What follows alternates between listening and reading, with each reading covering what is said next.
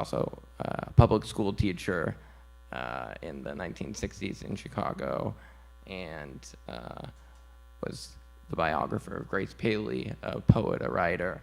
But yeah, we're here with Ann Rumberger and Amy Littlefield to talk about the last sort of 50 years of reproductive health activism, and what has changed and what has not changed, and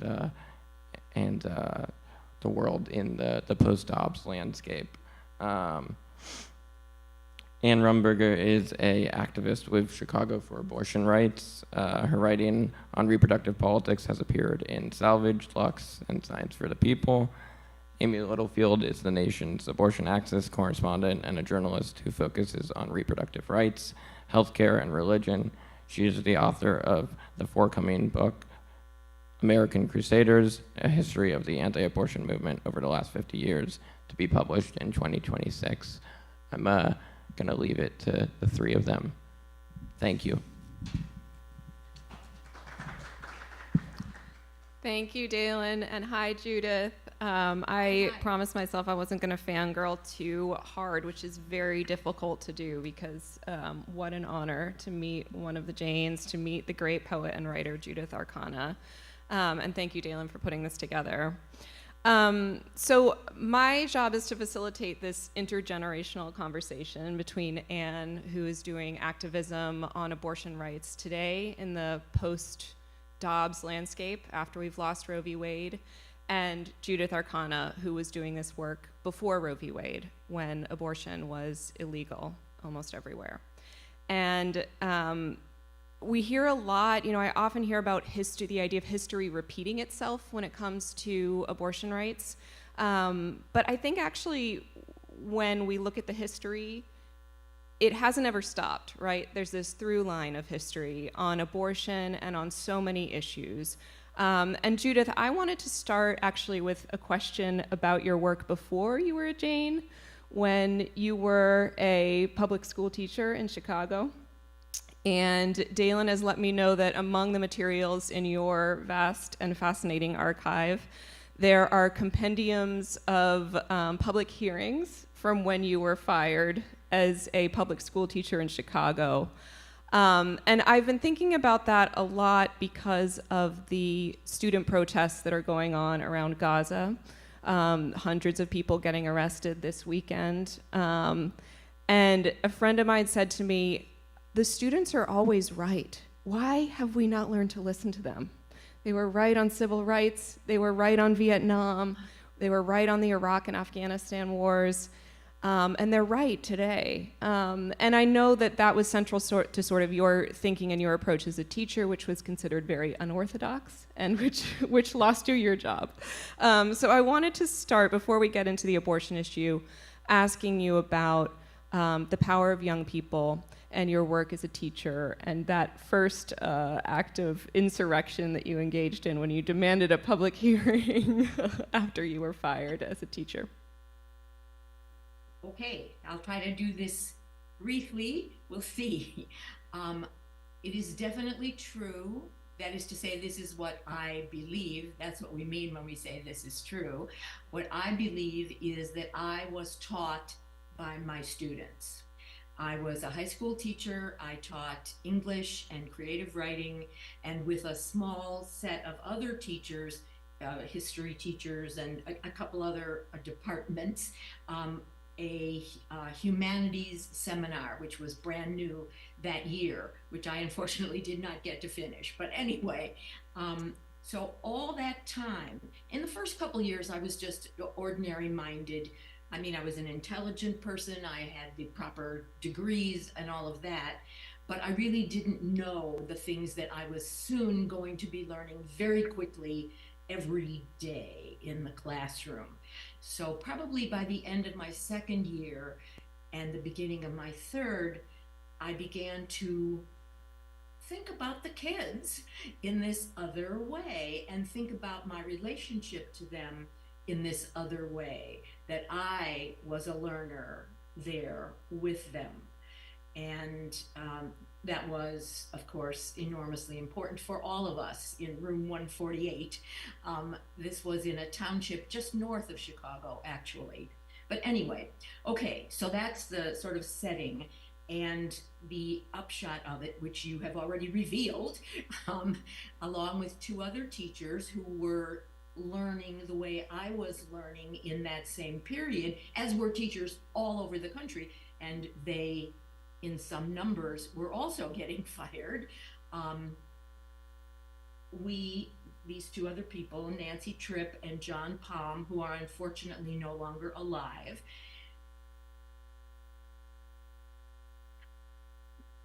just takes a second every now and then, you know, when I think of them. But anyway, the three of us were considered by the school board and a number of parents, but not, I believed then, and I still believe, not a majority.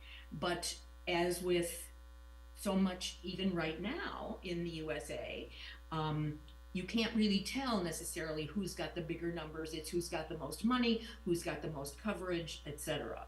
So anyway, they fired us in a secret school board meeting in the month of March during spring break, and then told us about it, and then literally had the police come and escort us out of the building with as much of our stuff as we could carry. I'd been teaching in that room for over 6 years, so I had a lot to carry. Same with John and Nancy. So we, particularly John and I, because we were tenured, read the law. It's so useful to read the law, not just when you're in trouble. Well, I guess we're always in trouble now, but you know what I mean. We discovered that a tenured teacher who is fired has the right to a public hearing.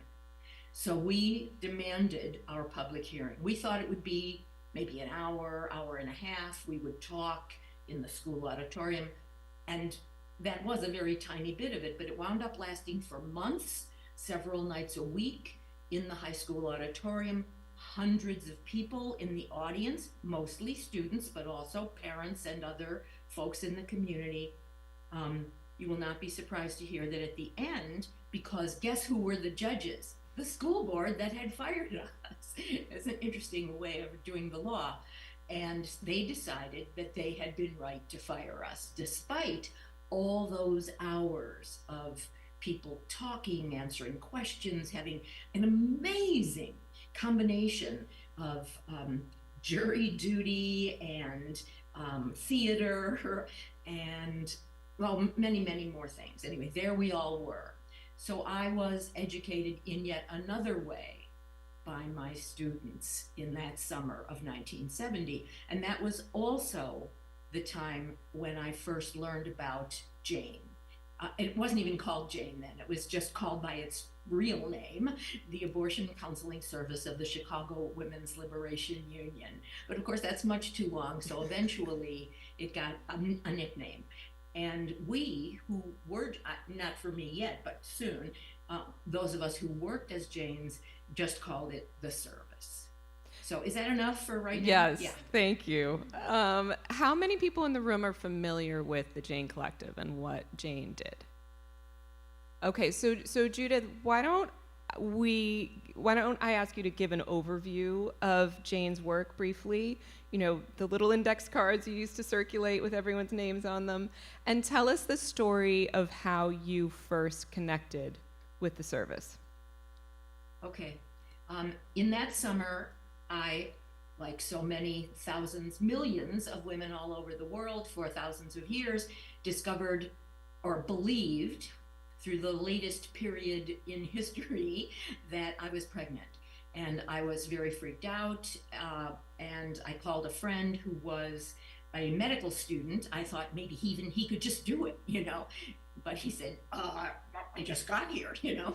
So, but he, bless his heart and mind, he asked around, and he called me back in less than 24 hours to say, everybody here, and by the word here, I want people to know he meant the medical school at the University of Illinois at the Chicago campus. Everybody here says, call this number and ask for Jane. That was what he said to me in July. Yeah, in July of 1970. So I did, of course. It would have been a very bad time for me to make a person. I had just been fired. I didn't know what I was going to do next in my life. My marriage was a dubious proposition, blah, blah, blah. Anyway, so I called, and this woman called me back, and she said her name was Jane. Later, I found out that that was not the case. But I went around saying my name was Jane for quite a while, so no complaint. Anyway, her name was Ruth. And we talked for 45 minutes on the phone, and we talked about many things, most of which were related to abortion, health care, and women's liberation.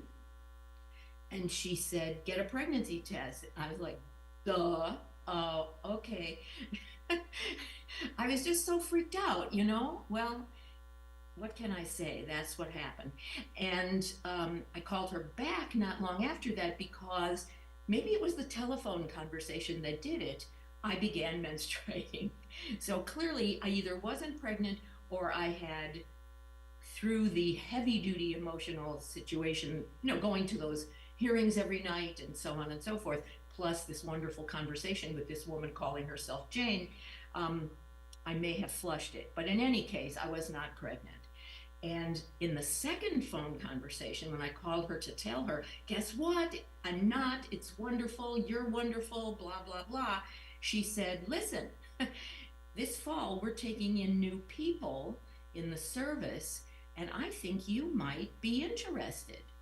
Now, needless to say, or maybe it's not needless, but to me it seems needless, I had never imagined such a thing. I was a teacher, and that was what was going to be my contribution, and so on and so forth. And I thought, and then she told me, not only that, because I was going back and forth, and we talked again for a long time, like 45 minutes or an hour. Mind you, I'd never seen this woman, I'd never met this woman, I just had these two astonishing phone conversations with her, and turns out that they were having the meeting with people who were interested in possibly joining in a little church that was 2 blocks from the apartment I was living in. I thought, okay, I guess I'll go. And I did, and I joined up. So that was in the fall. And Judith, can you briefly just describe what the service was doing when you joined up? Yes. In the fall of 1970, what the service was doing was, because of publicity, literally, you know, signs all over the city, and whenever people called the Women's Liberation phone number, they would get referred to the Jane number and so on. People would call, and there was a phone answering machine the size of that table you are sitting at, and people would say, hello, this is Jane, please leave your name and number and I'll call you back. And sometimes women just hung up because they were afraid to leave their names and numbers, but of course contact was made. And the women who were in the service then were what we called counseling. They would set up a meeting with a woman. Well, first they would take information on the phone, what's your name, et cetera, how far along do you think you are, what's your health situation, your medical description, blah, blah, all of that. And we had these, as you already know, the 3x5 cards, and we would be making these notes while we were talking to the woman. And then we would meet with her, having given her information about, let's say let's say it was me. And they would say, okay, go to, I would call her, we would talk a while. I'd say, let's meet, come to my place, we'll have a cup of tea, we'll discuss the way the service works, etc. And everybody did some version of that. Sometimes the woman wouldn't come to your home, she was afraid, so you'd meet in the park or, you know, wherever she would be comfortable, whatever she needed to do in this extraordinary moment in her life, that's what we accommodated. So we were connecting with them, responding to their reaching out to us, then meeting with them one-on-one, and then setting them up with appointments, because we kept a calendar, of course, of what was possible, to have abortions done by the guy who was our main guy at that time, or maybe 1 or 2 other docs that we kept the numbers of who weren't regulars, but were very good in the world of gynecology and specifically abortion, and who had been willing to do a favor now and then. So we would essentially fix them up with someone who would do the abortion and explain to them how it would work and how it would work. And again, I'm making this really brief. There was what we called the front and the place, and the woman would be given the address of the place we called the front, which could have been your house, my house. Somebody who was a friend of our work would say, yeah, you can use my living room, you can use my apartment, whatever. So for that day, 6, 7, 8, 9 hours, however long it took, however many women were coming, women would show up at that address and wait, and then a Jane would come with a car and take 3, 4, 5, however big the car was, maybe even 6 if it was a big car, women to the place, which was where the abortions were being done. Now, after about 6 months from the time I joined, we had, in that period of months, we began learning from our main man. And those of you who have seen the most recent documentary film about the service called The Janes, HBO, you can see it if you don't have HBO, I don't, but many people do, so you can go to their house and watch it. Anyway, for free. So he, again, long story, I'm cutting that part out. If anybody has questions, of course I'll answer. He was eager to have us understand his situation, and over the next 6 to 8 months, he was also thinking about and then deciding to stop doing this work in Chicago. The mob was after him, another long story. Anyway, so this guy who we called Mike, just like we were called Jane, he was called Mike, nobody used real names. And he began letting Janes watch while he worked. So we were learning, in a sense, a kind of gynecology that, you know, like if this was a course description at a university, we were beginning this way. And so we also got to be with the women and sit and literally hold their hands, whatever they needed, whatever they wanted, and also watch. So over that period of time, a couple people decided they wanted to know more, and miraculously, because his life was taking him in a different direction, he said, okay, I'll teach. Again, I'm giving such a short form, but this is essentially what happened. So that by the late spring of 1971, Janes were doing all of it. The contact, the counseling, the setting up the front, taking the women to the place, and actually doing the abortions. And that was a time when in the United States, what was called self-help was being invented. Our bodies, ourselves, which started out as, I think, a 16-page handbook on newsprint. I can see it perfectly in my mind. For all I know, I've got a copy of it here. Oh, probably Dalen has all the copies. But Mr. Archive must have all those copies. But anyway, it was all happening so fast. We would have, not just Janes, but women would have experiences where we would come to somebody's house and learn together how to put a speculum into our own bodies, how to put it into another one, not necessarily because we wanted to do abortions, because we wanted to know about our bodies and we wanted to be in charge of our bodies. So all of that was the background, the atmosphere, and we certainly weren't the only people on this planet doing abortions. I'm sure many of you know abortions have been done for literally thousands of years. Some people have actually said feminists invented it in the latter part of the 20th century. It's like, what? You know, but that is not the case. And so all of that was suddenly boom, boom. People were learning so fast we could hardly believe it, and it was thrilling. It was literally liberating. So that's the large outline or whatever. Thank you, Judith. And speaking of, you know, abortion stretching across decades and periods of time. I want to bring us up to the present moment and turn things over to Anne to talk about the work she's doing today. Because in some ways, the world that you were inhabiting in the late 60s, early 70s was completely different, right? I mean, birth control had only recently become legal, right? And it was this revolution in self-help and people understanding their bodies in a basic way. And in some ways, things are very much the same, right? I mean, we have the Comstock Act from 1873 that's now under consideration before the Supreme Court. Right. We have, threats to contraception that are coming back into play.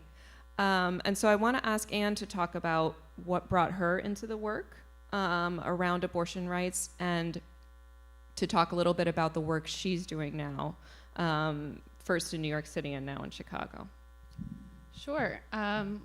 It's such an honor to talk with you again, Judith. I'm a huge fan. I got to learn from you a little bit last summer at the Shout Your Abortion summer camp, and it's an absolute honor to talk with you again. We all have That so was much. so much fun, that camp. Yeah. We all have so much to learn from Judith and all of the activists who've been doing this work for many years. So I got started in abortion activism in 2017, and it was right after Trump was elected, and Trump was calling for Planned Parenthood to be defunded. And there were all of these protests that were happening, planned by the pro-life movement outside of Planned Parenthoods all around the country. So there was a big one that was being planned here in New York City. I was connected with a bunch of socialist activists, and we all decided we need to have a counter-protest to make sure that everybody knows that most people in New York City and in the whole country support access to abortion. We did not want the anti-abortion movement to have a big protest and get a lot of media attention and be the narrative that everybody was going to talk about. Everyone was obviously very scared, that Trump had just he had just taken office, in January 2017.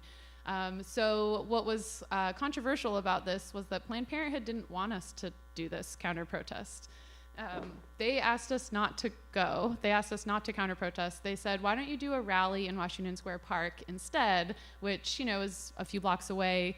It would not be effective to have a rally in Washington Square Park. Nobody would know what we were counter-protesting. So we decided to not listen to Planned Parenthood, and we went ahead anyway, and we did a counter-protest. We outnumbered the antis, probably 4-1.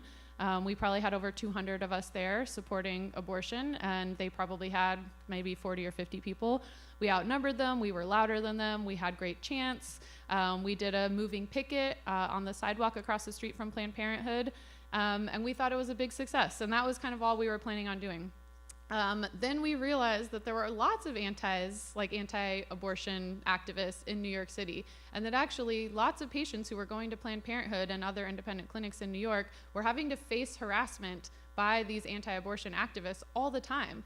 And there were, some clinics have what's called clinic escorts, so they have people that work with clinics and they help patients get in the building safely. And we thought that was great, but there was nobody there countering the antis.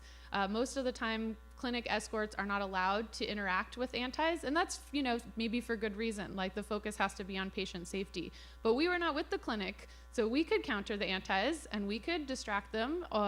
Most of the time, what we were thinking doing these clinic protests was not we want to yell and scream and make chaos outside of abortion clinics. We were thinking, can we distract them and keep them away from the doors? Or, can we plan a counter to kind of demobilize them and, kind of make them feel like they were not wanted and make it so annoying for them to have to show up at the clinic and face us, not just the clinic escorts, but us, who were really loud and really creative and mostly outnumbered them. So we did this for many years. We founded a group called NYC for Abortion Rights. We're still around. We're still doing clinic defense. There's a lot of different anti-abortion groups in the city who are still targeting clinics. One that we particularly focus on is the Archdiocese of New York, their Catholic anti-abortion group. They target abortion clinics all over the city. Every Saturday, they choose a different clinic every month. So the first Saturday of the month, they meet at St. Pat's Cathedral in Soho, and they walk a few blocks up to the Planned Parenthood clinic on Bleecker Street. Sometimes there's hundreds of them. During 40 Days for Life, which happens twice a year, there's a huge amount of them, over 100 of them. But they come out, every single Saturday, and or the first Saturday of every month, and they harass patients outside of Planned Parenthood. So that was kind of how we got started as NYC for abortion rights. We also counter lots of other fascist and anti-abortion groups whenever they come to the city. So let's see, when did the New York Health Act pass? 2019? In 2019, the New York Health Act passed, and that took abortion out of the New York State Criminal Code, which it had been in the criminal code, for many decades, and Roe v. Wade just sort of superseded that law. But in 2019, the Health Act basically just enshrined the right to abortion up into about 24 weeks, and then also allowed abortion past 24 weeks if the patient's health or life was in danger. Anti-abortion folks hated that. They were so pissed off that New York State passed the New York Health Act. They said it was, murdering your baby up until the moment of birth and all that stuff. So a bunch of them planned like a big rally in Times Square, and they bussed people in from all over the country.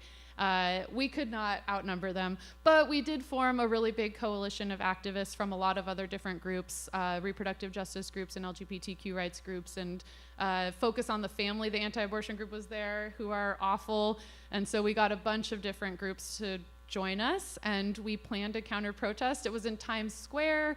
There were hundreds of us. We had a marching band. We marched around, we disrupted, we made a lot of noise. The cops, of course, targeted us instead of targeting them. So things like that we'll kind of do. There's a lot of different anti-abortion events that happen in New York City, and so whenever there's a March for Life or any kind of anti-abortion gathering, we're there. And then about a year ago, I moved to Chicago, and I joined Chicago for Abortion Rights. And we do pretty similar things in Chicago, except that we don't do clinic defense. So we're mostly doing consciousness raising, kind of culture change. Whenever there's a March for Life or anti-abortion gathering in Chicago, we turn out and we counter them. We do a lot of press conferences to draw attention to anti-abortion laws that are being passed nationwide. So Illinois is more of a sanctuary state. Abortion is protected. But things like the recent Supreme Court case around mifepristone, which could potentially limit the availability of one of the two drugs used in medication abortion, that would have effects nationwide. So we called a press conference and we spoke to local media in Chicago about how limited access to mifepristone would affect patients in the state of Illinois. So we try to do a lot of kind of public political education and consciousness raising about the state of abortion access today, and try to connect abortion to all the other issues that that also affect people. So especially LGBTQ rights. So we're really drawing the connections between access to abortion and access to gender affirming care and trans health care, because the people that are attacking abortion and attacking trans health care are the same people. So we have the same enemy, and we need to be coordinating with each other to make sure that our movement is strong. Awesome. Thanks, Anne. So New York and Illinois are now states where abortion is safe and protected, even more so actually than it was before the Dobbs decision, because blue states actually enshrine protections that probably should have been there all along once Roe v. Wade was gone. And then we have 14 states, mostly across the South and Midwest, where abortion is a crime again. And Judith, thanks to Dalen, I had the opportunity to look at your arrest report and to see on the arrest report, offense, abortion. And so I want you to take us back to this moment where abortion was a crime in Illinois, and which is a state where, as Anne said, it's now protected, although there is still a robust anti-abortion movement there. There's still a robust anti-abortion movement here in New York and in any blue state. Things should never be taken for granted. But take us back to that arrest, because something remarkable that I learned about you is that at the time when you were arrested for performing the offense of abortion as a Jane, you were also a new mother, and you had a baby, and you were breastfeeding. And I want you to tell us about the decision to put yourself on the line, even though you had a young child, even though you knew you were risking the arrest and incarceration. Because I hear a lot of people in this post-Dobbs moment fantasizing about the idea of breaking the law, thinking about the idea of breaking the law, but very few people actually do it, relatively speaking, right? It takes a certain type of person to do it. Part of that I want to acknowledge has to do with race. The Janes, right, we're a largely white organization, and so incarceration and risk of arrest meant something different to a white person that would have to a person of color. But tell me about, I'm curious if there's a moment where you decided, I'm going to take this leap, I'm going to break the law, I'm going to do this even knowing the risk. Take us back to that moment of your arrest and the lead up to it. I have to say I cannot identify, I mean, I've been asked this sort of thing many times, and I've thought about it, of course, over the decades. There was not a moment when I decided, yes, I'm going to break the law. When I joined, which I described before, I knew that abortion was illegal, and that was just not what was on my mind. I had been given this opportunity to join up and do this work, and then soon after, to my surprise, to even learn the medicine and the necessary action and so on. And I did, and I was not unusual. The other Jane, I'm not saying all the Janes did the same stuff. There were some who wanted to do medicine, some who didn't, etc.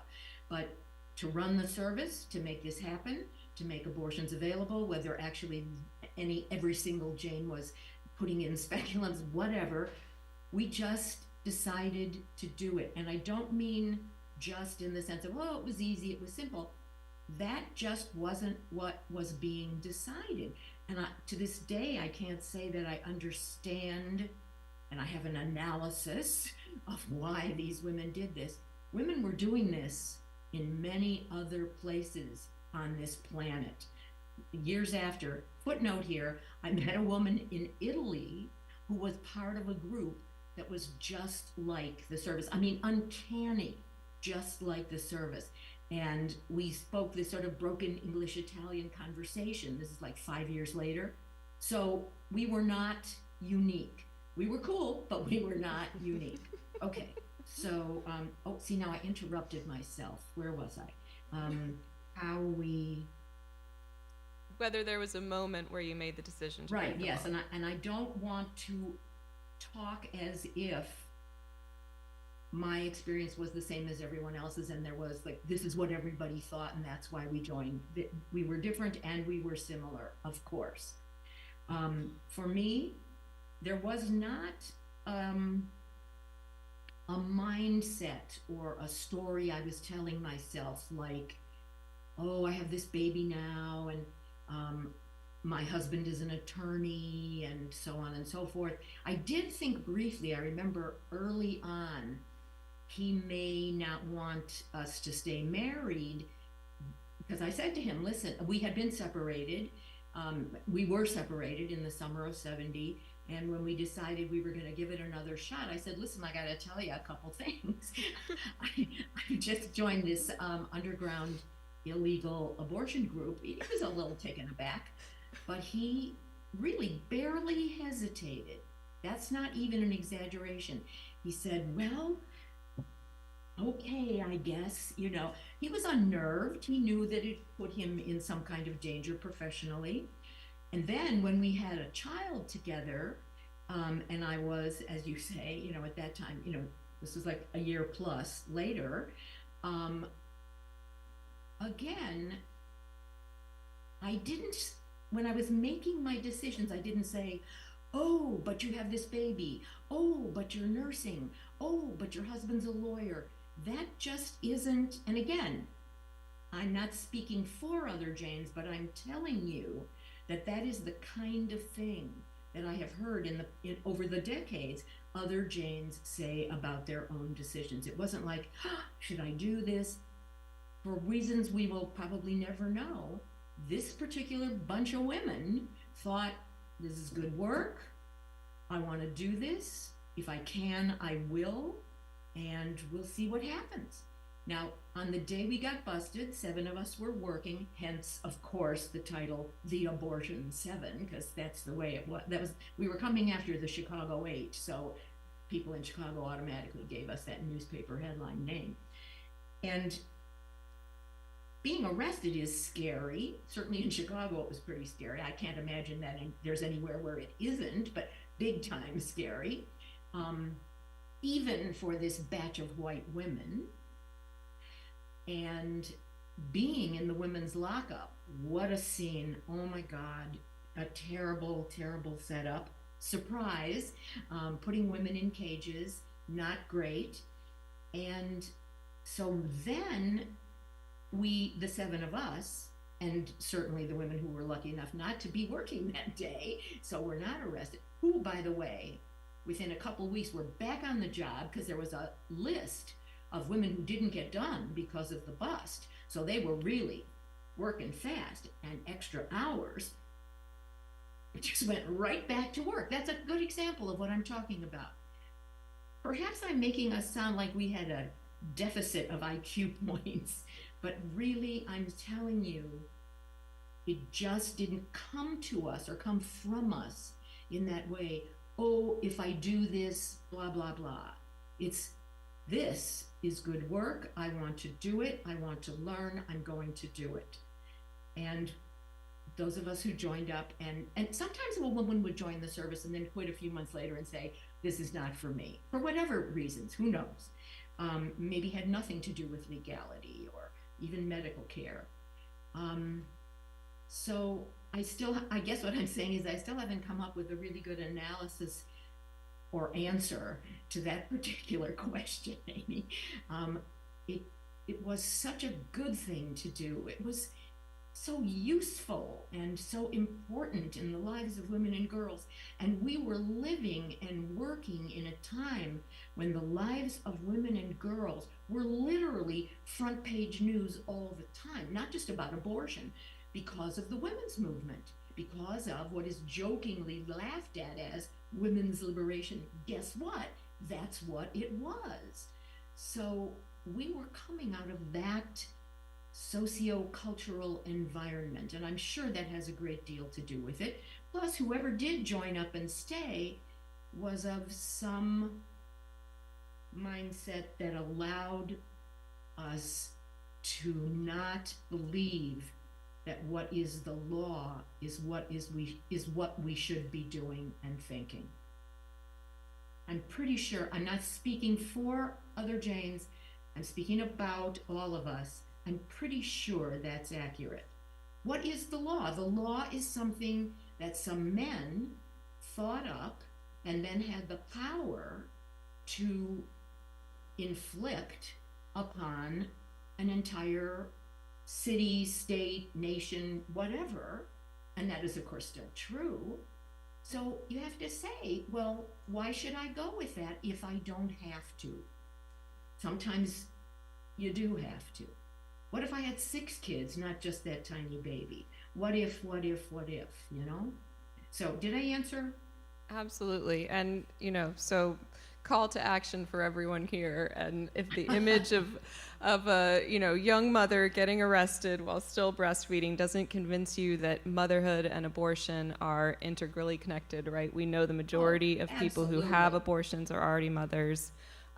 Judith, I want to just read a passage from one of your poems that I love before I ask you my next question. You have a poem that makes these connections between motherhood and abortion. It's called "We Have Always Done This." And the last part of it, which always gives me chills, you write, "We can make life and break it. We tend life and can end it. Always we ask, is now the time for this life? You will decide," she tells the young ones. "Always you will decide."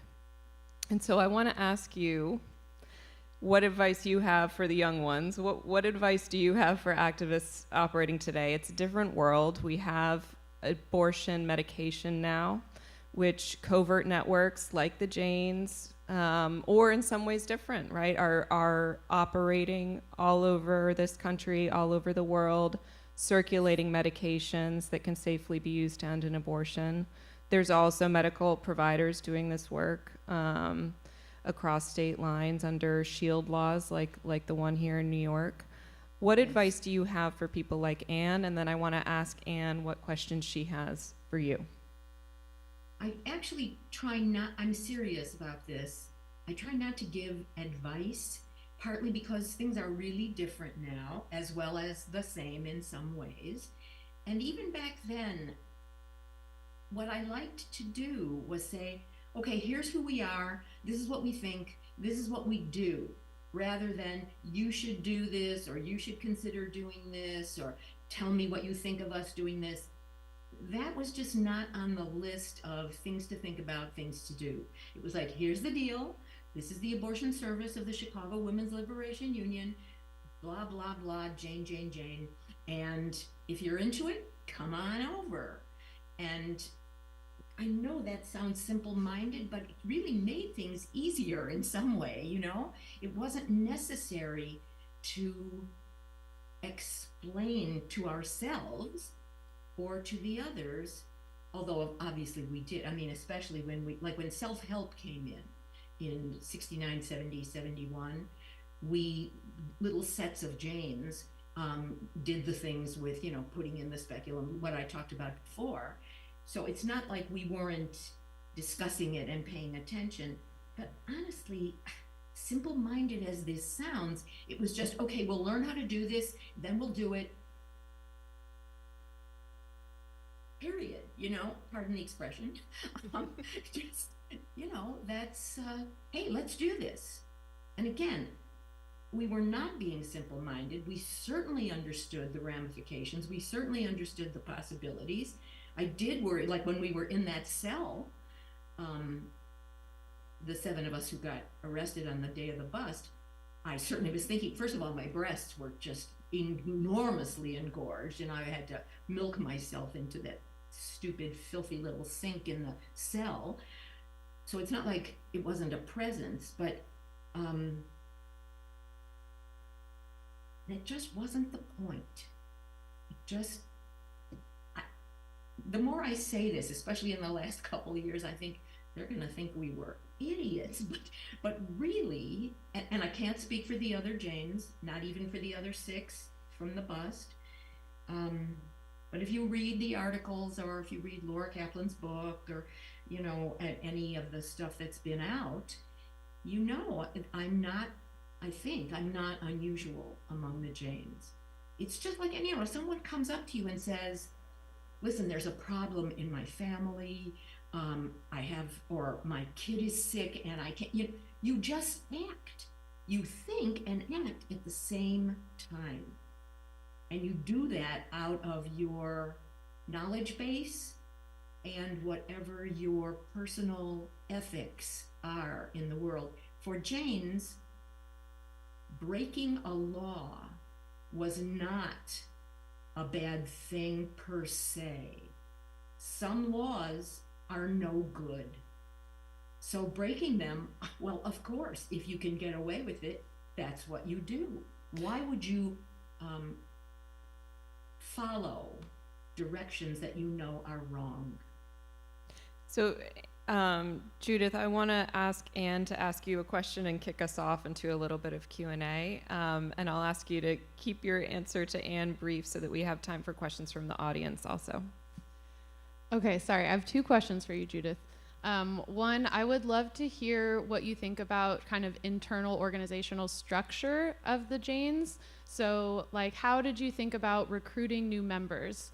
When there were so many patients that you were seeing, were you telling all of them, like, this is a group, we really want you to be part of it, this is how you can join? How were you training new members in your group? And how were you kind of building a cohesive group that could be sustainable? And then my second question is, how did being part of the Janes change you as a person or change your maybe career or political trajectory? That's a long one, actually. Both of them. I'm serious, can you give me a short version of that first one, which has so many parts? Like organizational internal structures, like recruitment, cohesion in the group. All right. It was definitely not, people call it a collective. It was never a collective. It never meant to be a collective, never particularly wanted to be a collective. There were 2 women who ran the show for years. Ruth, the woman who I talked to that summer of 70, and a woman named Jody, and they were in charge.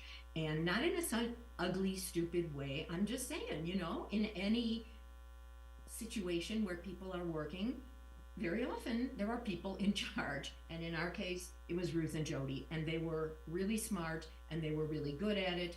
I'm not saying they never made mistakes or that there were people who weren't pissed off at them. Just saying, it worked very well. And it ran like any organization in those terms. There was a meeting every week. You would come, you would choose cards that were passed around in a circle. I'll take this woman, I'll take this one. Whoa, I can't do that one. Oh my God, this one's only 14, etc., etc.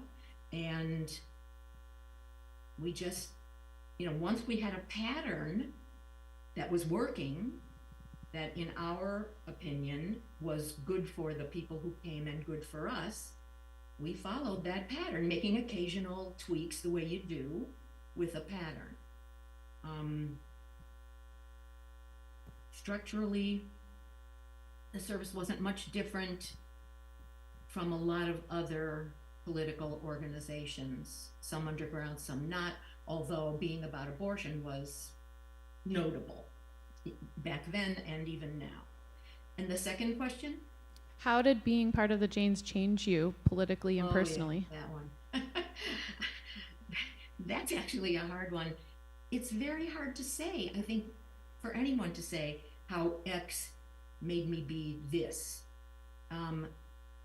The fact that I have that in myself, in my history, has made me a public person in a way that being a teacher, which is a very public thing to do, doesn't even come near what the Jane stuff has done. Here's these women who are on newspaper front pages, who a lot of people think should be killed, if not jailed for life, and so on and so on. And that's scary. You know very well the bad guys are really bad guys and gals, unfortunately, both.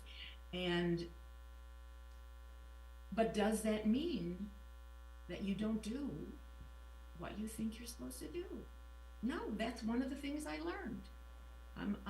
Being fired from my teaching job was heavy education. It was a big educational year in 1970. But then in the future years, 71, 72, 73, I continued learning it was like graduate school, learning at a much higher level on a constant basis.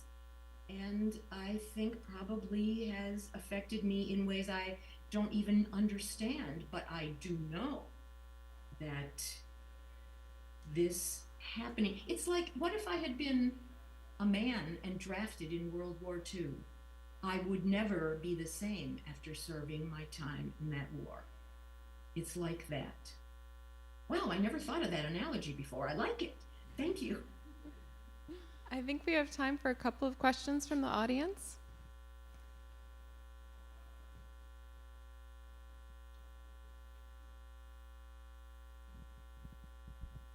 Hey Judith, it's Dalen. Thank you, first of all, so much for doing this.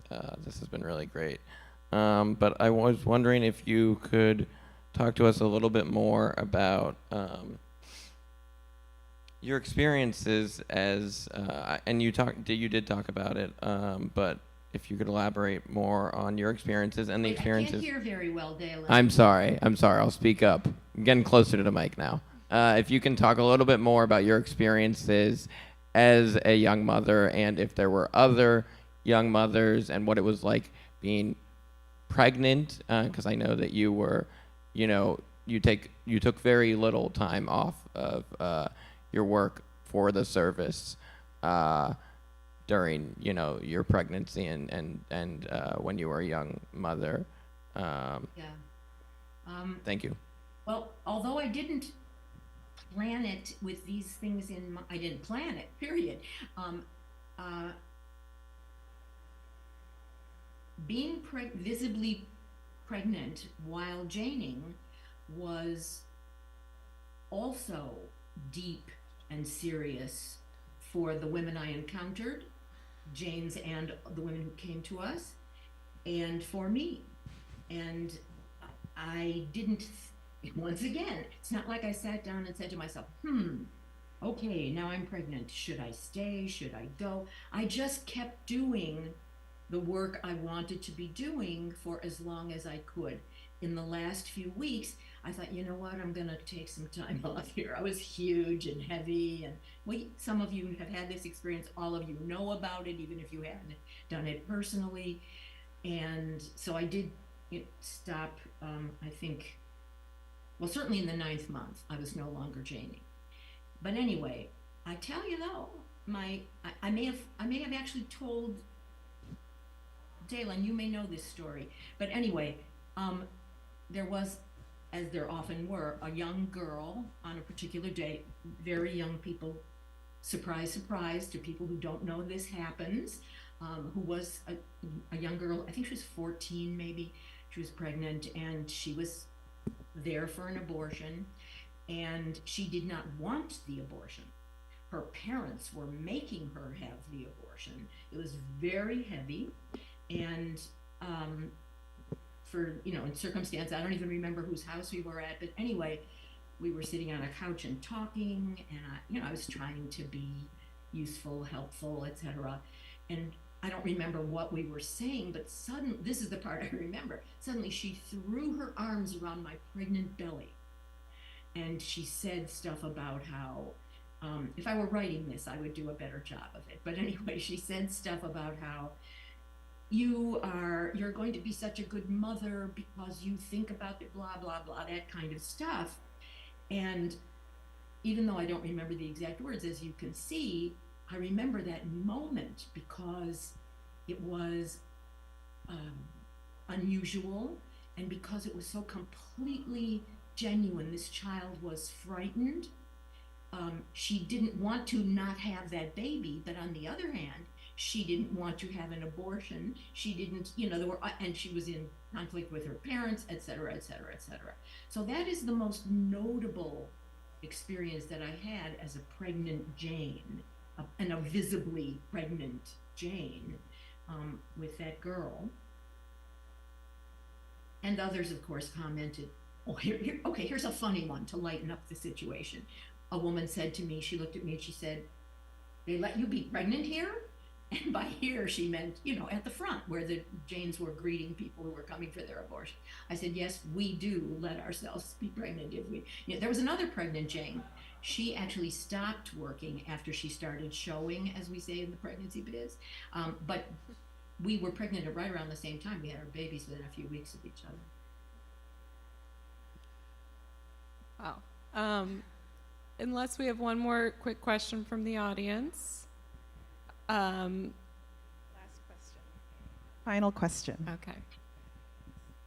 Hi.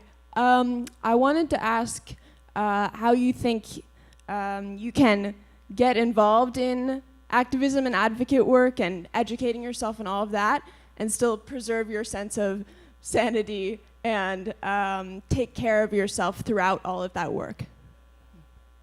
Could somebody at the table please How tell me you can short get version? involved in advocacy and still preserve your sense of sanity in the work you were doing?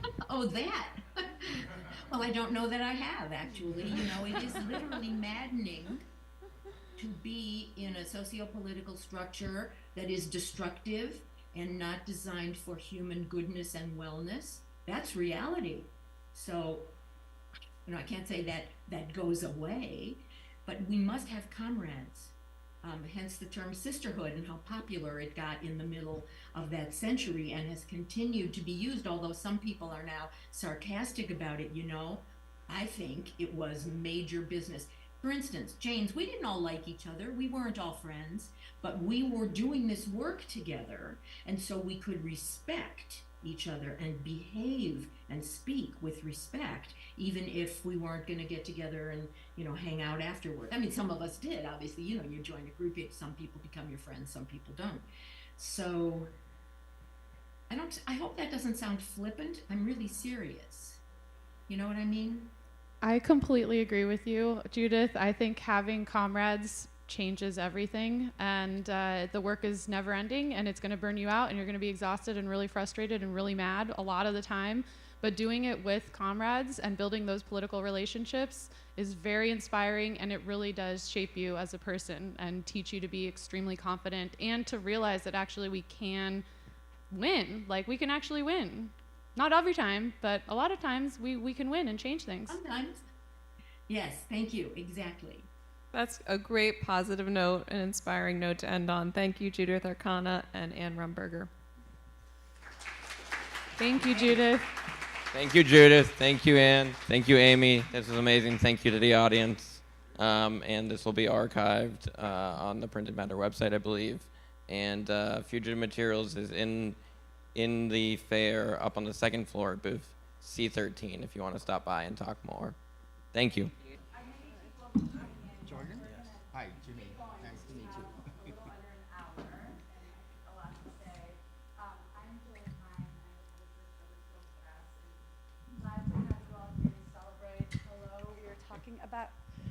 Hello, we were talking about Hudson, which is edited by Steve Lafreniere, who sadly cannot be here, but is maybe watching us from Eugene. We just found out that it's live streamed, or this is being live streamed. So the book is a collection of interviews and writings about Hudson. It's daunting to think about trying to explain who Hudson was, because so many of you know him much better than I do. But Hudson ran a gallery called Feature. Well, it started in Chicago. It was Feature from 1984 to 88. Then it moved to New York, where it ran until 2014. And in the 90s, who can say what year it became Feature Inc.? What else do I want to say? I want to go very fast to let people talk maximally.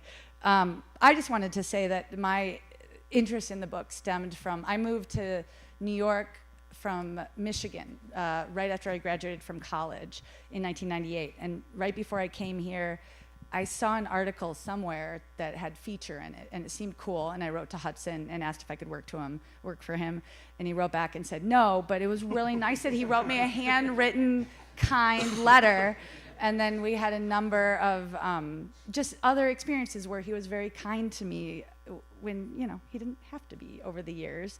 And then I did a book with Nancy Shaver, which was designed by Ann Bobko, and got to work with him in that capacity.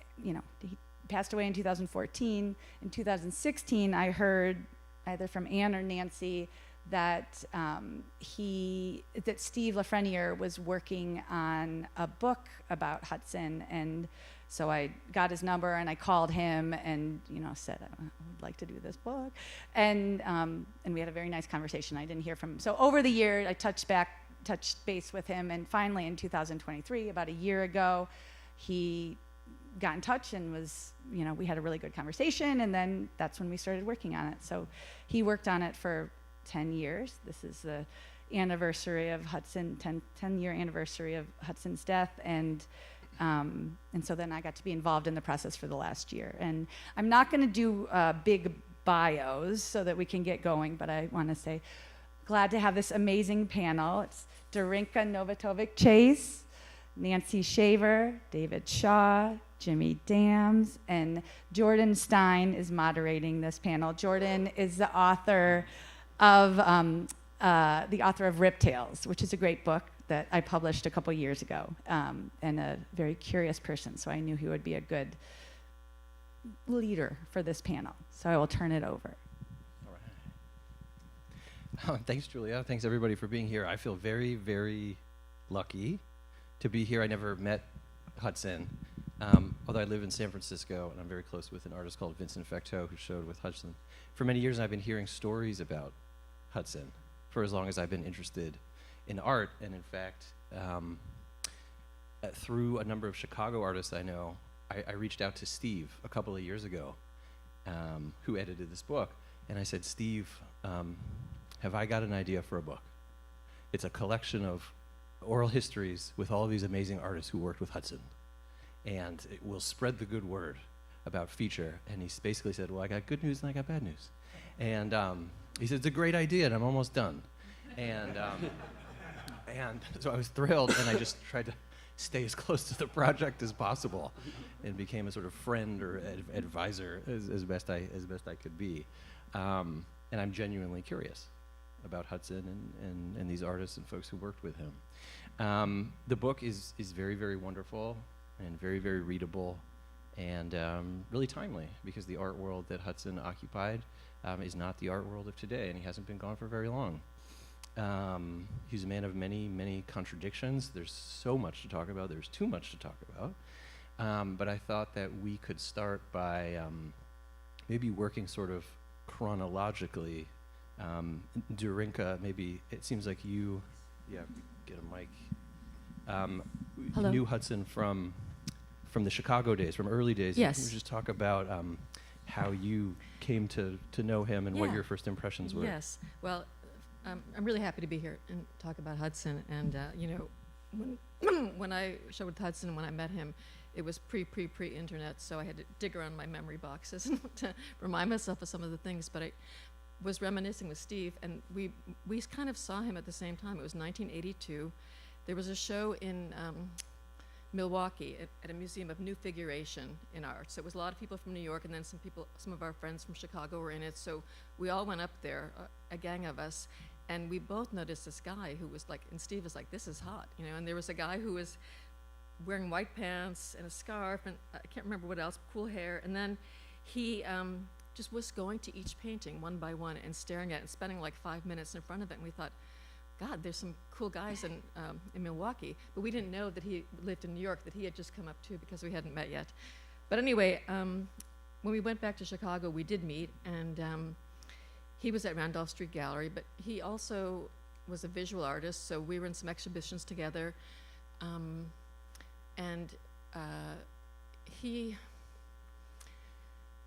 the program he was doing was like, it was sort of like, Chicago's a very performance-oriented town, and so it was a huge audience for people doing performance, and it's also was a time, I kind of want to put in context what was happening around that time, because, you know, it's similar to what was happening in other places, which was, you know, the art world was, you know, nobody ever expected to make money. Everybody just did a lot of things for themselves. So there was tons of group shows, just as there were here, and people just, you know, like Hudson's costumes and his performances, you know, they were ad hoc, like he'd make these things and, you know, make the, it was really like, kind of like stuff at the Pyramid, actually, when I came here. But anyway, so it was a really great place, and they had, he was at the center of programming all of it. He performed there a lot, and, you know, it was, you know, it was a pretty, like, I think I just read Joan Jonas saying something like this, but I've heard it from other people. There's a certain time when the art world wasn't so big that basically everyone knew each other. So everybody went to everything. So everybody went to the art performances. Everybody went to see whoever was doing films. They went to see the painting shows. So it was that kind of a small world. And then when eventually Feature opened, but anyway, I do remember though that we had great times at Randolph Street Gallery, courtesy of Hudson, and I remember just being like packed with people and a huge ladder, and at the top was a guy in a black wig, and he sang Girl Don't Come, the Sandy Shaw song, and I was like mesmerized. And that turned out to be John Smith, a friend of mine, who later was the person that was the director of RISD Museum and turned it all around. So we were all like sort of in this, you know, everyone was putting on wigs and doing things, and Hudson was, meanwhile, Hudson was very serious. No matter, you know, even though he had a lot of fun and had humor in his work and politics, he was pretty serious, and he really paid attention to visually to everybody's to things he was with. He wasn't, you know, he was very thoughtful. Anyway, so in Chicago, kind of has it's called the Second City, and it has sort of that complex in a way. And at that time, I was doing different things. I'd been in a cooperative gallery, then I was in another gallery called Nancy Lurie, which was showing a lot of some of the younger people. And she came to Hudson's opening, in fact.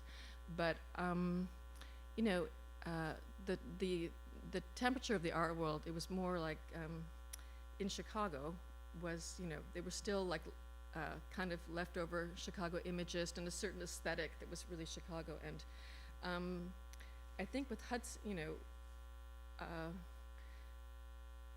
I think Hudson was like the transition from, like, he sort of, people who were my age all wanted to break out of that, or not wanted to break out, but we were doing different things, and he was somebody who kind of saw all these things happening and saw things that were happening other places and brought them all together and made, Nancy Lurie Gallery was actually pretty great, and she showed younger artists who weren't doing imagist work, but then Hudson kind of got the big picture, and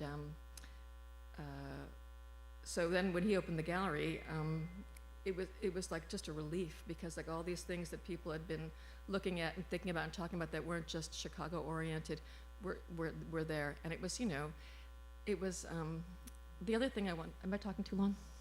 No.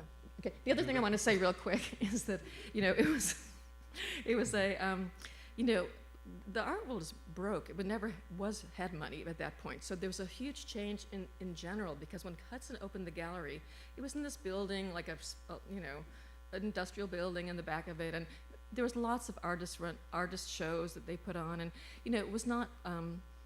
No one made art expecting to get rich. Everybody did it for each other and for themselves. So everybody wanted to see what the other people were doing, and then Hudson opened the gallery. Actually, he died 10 years ago, and 40 years ago, April, he opened the gallery, so it's kind of crazy. So anyway, he opened the gallery and had a group show, and it was a lot of people that, it was a combination of people from all different cities. And then the next show was my show, which I was super flattered. And then I moved to New York a few months later. So I didn't have a long history with him at the gallery. But he was just super important in the sense of like seeing everything that was going on and kind of putting it together. And I brought a little show and tell. Can I do this real quick? Sure. Hudson, we were in a show together called Possible Worlds. And so this was a time when people were doing these massive shows, everything hung salon style, like New York. I think they had the Times Square show and New York New Wave and all that stuff. Anyway, a friend, Billy Miller, a curator, did a show of just a gigantic, like 8,000 square foot loft with just 6 artists in it. And Hudson was in the show. And here's his drawing from the catalog of his piece. This is our catalog, our Xerox catalog. So it says, drawing for catalog only. It's called On My Mind. And there's a life-size styrofoam man on the floor lit from inside. Tiny but hunky man image made out of light pulses on the wall above his head in red. Inside him, a tape loop periodically plays saying, "Oh man, yeah. Oh man, yeah." So anyway, and I guess I'll just wind up saying, that when I moved to New York, it was '84, and like by '85, I was like in shock at how commercial the art world had gotten. Little did I know, like it was just the tip of the iceberg. But the thing about Hudson is he just always went his own way, and so I was really happy to be there at that time. Thanks, Darinka, for sharing that. Nancy, there's a lot that I want to ask you. I feel like I don't have much to say except for what I said in the book, but sitting here makes me remember that Hudson was the first person to ever give me a show. He gave me a show in Chicago, and I lived in Brooklyn. I bought this house for $8,000, and it was a wreck. And it spent a long time getting it together. And I had this chair that I got from out on the street. It was a sort of Italian industrial, and it was a total wreck. And the velvet had been washed down by rain.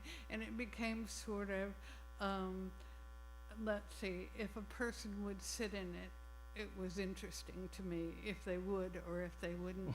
And he came out for a show, and he sat in that chair. And that was, I think, the only studio visit I ever had from him in all the years that I knew him. And I think that's sort of remarkable right now. That's what I have to say. You also say that he always addressed you and many other people, whether spoken or written, as Nancy Shaver. Hello, Nancy Shaver. Oh yeah, it was it became so important to me and so wonderful to be greeted with my full name every time I saw him. And I realized sort of in hindsight what that meant to me hearing it was a form of respect that was really super meaningful to me. I want to ask you one more thing. I just kind of want to get right to the heart of the matter. You said that in 14 years of knowing him, all your meetings were 5 minutes long, and that you said something beautiful in the book. You said we definitely didn't talk about the work. He was interested to believe in the work. Yeah, when I was with him, I had moved upstate because I realized I was not cut out for the networking world that art was becoming. And so I moved to a rural place like I grew up with, and I would only come in occasionally, and sometimes I would tell him and sometimes I won't. And then I had these 5-minute meetings with him at those times, and at first I felt they made me insecure because they were so short. And then over 14 years, I became very, very proud of them. That the fact that I could go in and in 5 minutes we could attend to business and friendship. But the business wasn't much. It was the friendship of knowing this person who valued art so much. Thanks, Nancy. David, you talk about literally rollerblading into the gallery. Can you talk about that time? That was the late 80s. Right. About that time in New York and how you came to know Hudson and what your first impressions of him and feature were? First impression was great. I talk about it in the book as well. And the same person introduced me to Nancy that's introduced me to Hudson. And it was a quite interesting moment. We were walking around Soho when he had his gallery on Broome Street. He had just gotten to New York, and I had a show in an artist collective, and I was walking around with this person, and he was letting people know that I was in the show, established artist, and he's like, you have to meet Hudson. And I was coming down the street, and out from the basement pops this guy in a dirty t-shirt, and he was wrapping the work himself and doing everything at the gallery, which he kind of always did. And he comes right up, and Bob says, give him a card. And I was like, I think I have someone here. I don't know why. His energy just made me like, and I hesitated. I think I have some here. And he just looked at me like, oh, you. Because I already had it in my hand, and it was already halfway to him. And he's like, what? And he just went like, boop. And yeah, it was quite a meeting. Yes. And then he saw some of your work. You did a studio visit. He came to the show, which was incredible, I thought, and stood there by himself looking at the work for a long period of time, and on his way out said, I'd like to talk to you about this sometime, and we started a friendship. Yeah. Wow. There's and a relation. He was my first commercial gallery show. Yeah. There's a lovely anecdote. Hudson worked quite late and would send some staffers home and then be there until maybe 11 o'clock at night. Almost every night. Right, and you tell a story about going downtown to hang out with him one evening, and it's dark outside with the lights are on in the gallery, and you find him just looking at the artwork on the walls by himself. Yeah, I mean, I don't think that's common behavior amongst gallerists these days. Did you say it's not common? That's right. Yeah. No, I mean, it was amazing. He'd be there all day with it, and then at night he'd just be standing there looking at something. Yeah. He was very serious about the work that he showed. And how long did you show work with him? 25 years, something like that.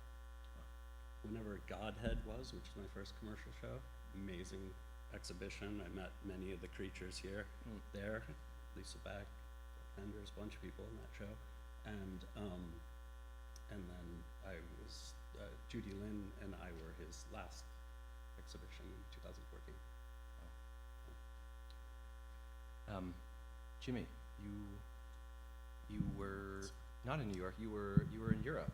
Yes, I was living in Belgium, and I came to visit New York, and a friend of mine had said you should go and watch this gallery in Soho, feature, and the man who runs it is Hudson. So I went to look at the gallery, and the work was amazing. And I was really, there was nothing like that in Europe. And I can say that with full confidence. It really preoccupied me so much that after, because I didn't talk to Hudson then, I just looked at the show and left. But I did write him. That was before email. And so I wrote him long letters to say how wonderful I thought his gallery was and how interesting the work was. And he responded. And all of a sudden we had a big letter conversation going on. Correspondence went back and forth, back and forth, back and forth. I would send him things, he would send me things. And so the next year, in 1993, I went to feature and then met him officially. And he became a friend. So then when I went back to Europe, I curated shows with artists from feature in Europe that I got through him, of course. So I worked with him to curate these shows in Europe. And then in 1997, he basically asked me to come over to New York, and I did. And he literally changed my life. And you were tenured. You had tenure. I was Europe. a teacher and I had tenure, yes, and that was a big deal. And I was set for life, basically. But I wasn't happy. So, and he sensed all that, and he said, "You need a change of environment." And so he basically brought me over to the United States, gave me a job, and the rest is history. Wow. And you mentioned how he became almost like a father figure Yeah, to you. he definitely was. I never had a father, and to me, he was that father. And particularly after he died, that it felt literally as if I lost my father.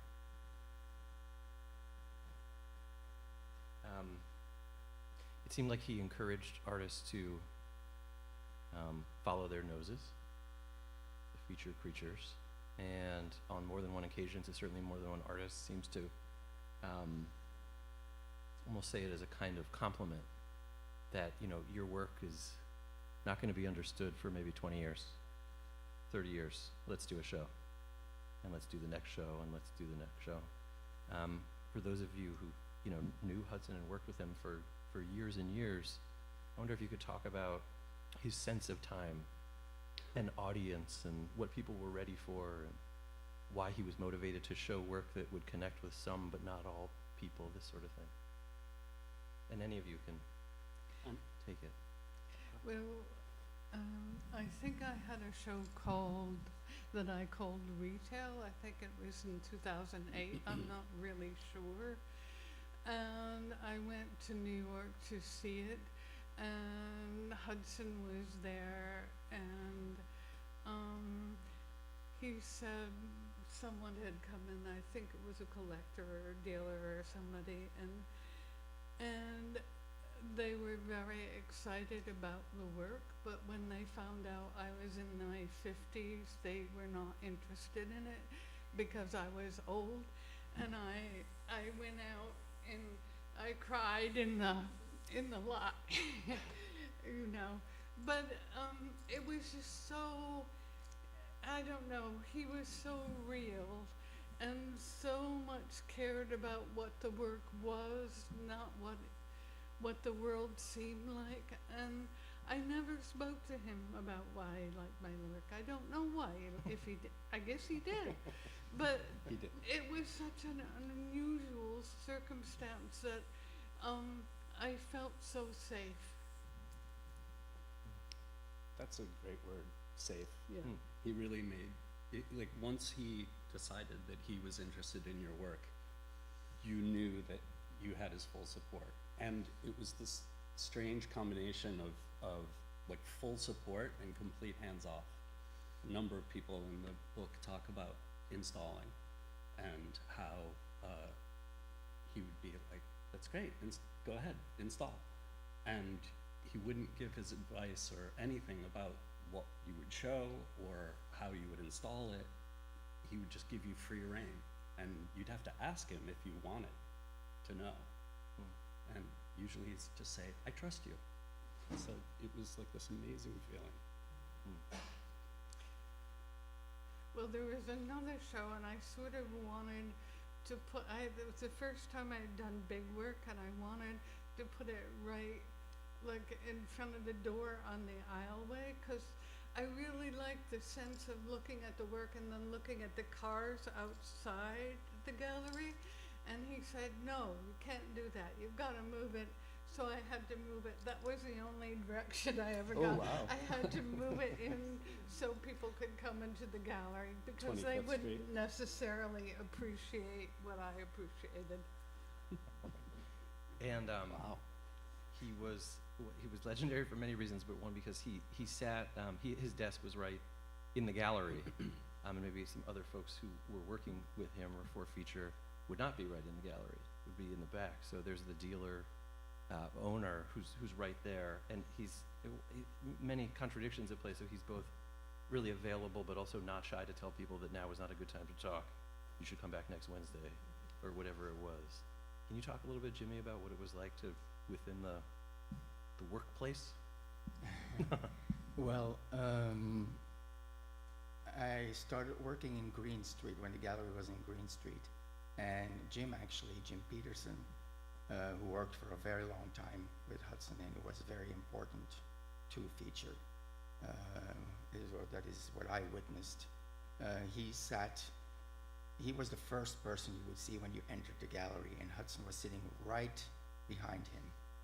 And so, and when I started working there, I was sitting right behind Hudson.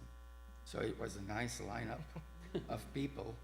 And Jim was very good at, when Hudson needed people to be kept at bay, Jim was very good and very polite to arrange that they would leave him alone. But once in a while, someone snuck through, of course. And then if it was a bad moment, yeah, he would say, like, it's not now, can't talk. And other times, when he was in a very good mood and there wasn't a lot of work stressing him, he would gladly talk for hours.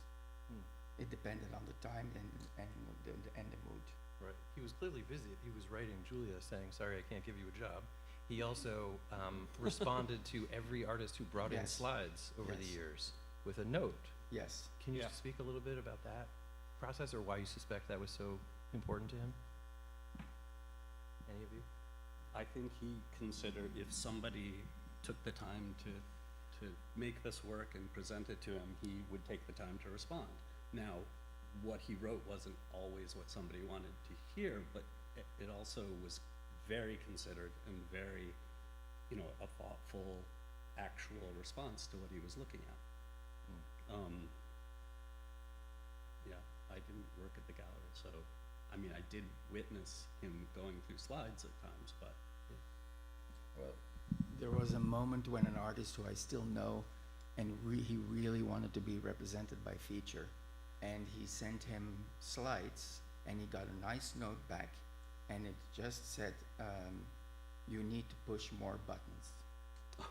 And that was it. You got the buttons one too? I was showing him something. This is, before I became, I was with the gallery, but he put me in a number of group shows, and somewhere in the early mid-90s, I showed him something, and he just wrote, "It lacks the third element." Wow. I was just like, okay. The third element. Amazing. And there's a great story in the book about him saying to an artist, not yet, send more slides next year. And it went on for 8 or 9 years. Yeah. And then finally it was ready. And he showed the work. That makes sense. Everything seems so personal and professional in strange measure. He clearly wasn't interested in growth, more interested in stability over growth, I guess you might say. Can you speak to how that manifested, or how you felt or witnessed that? It's so opposite of how capitalism works. Well, the personal and the professional are inseparable with him.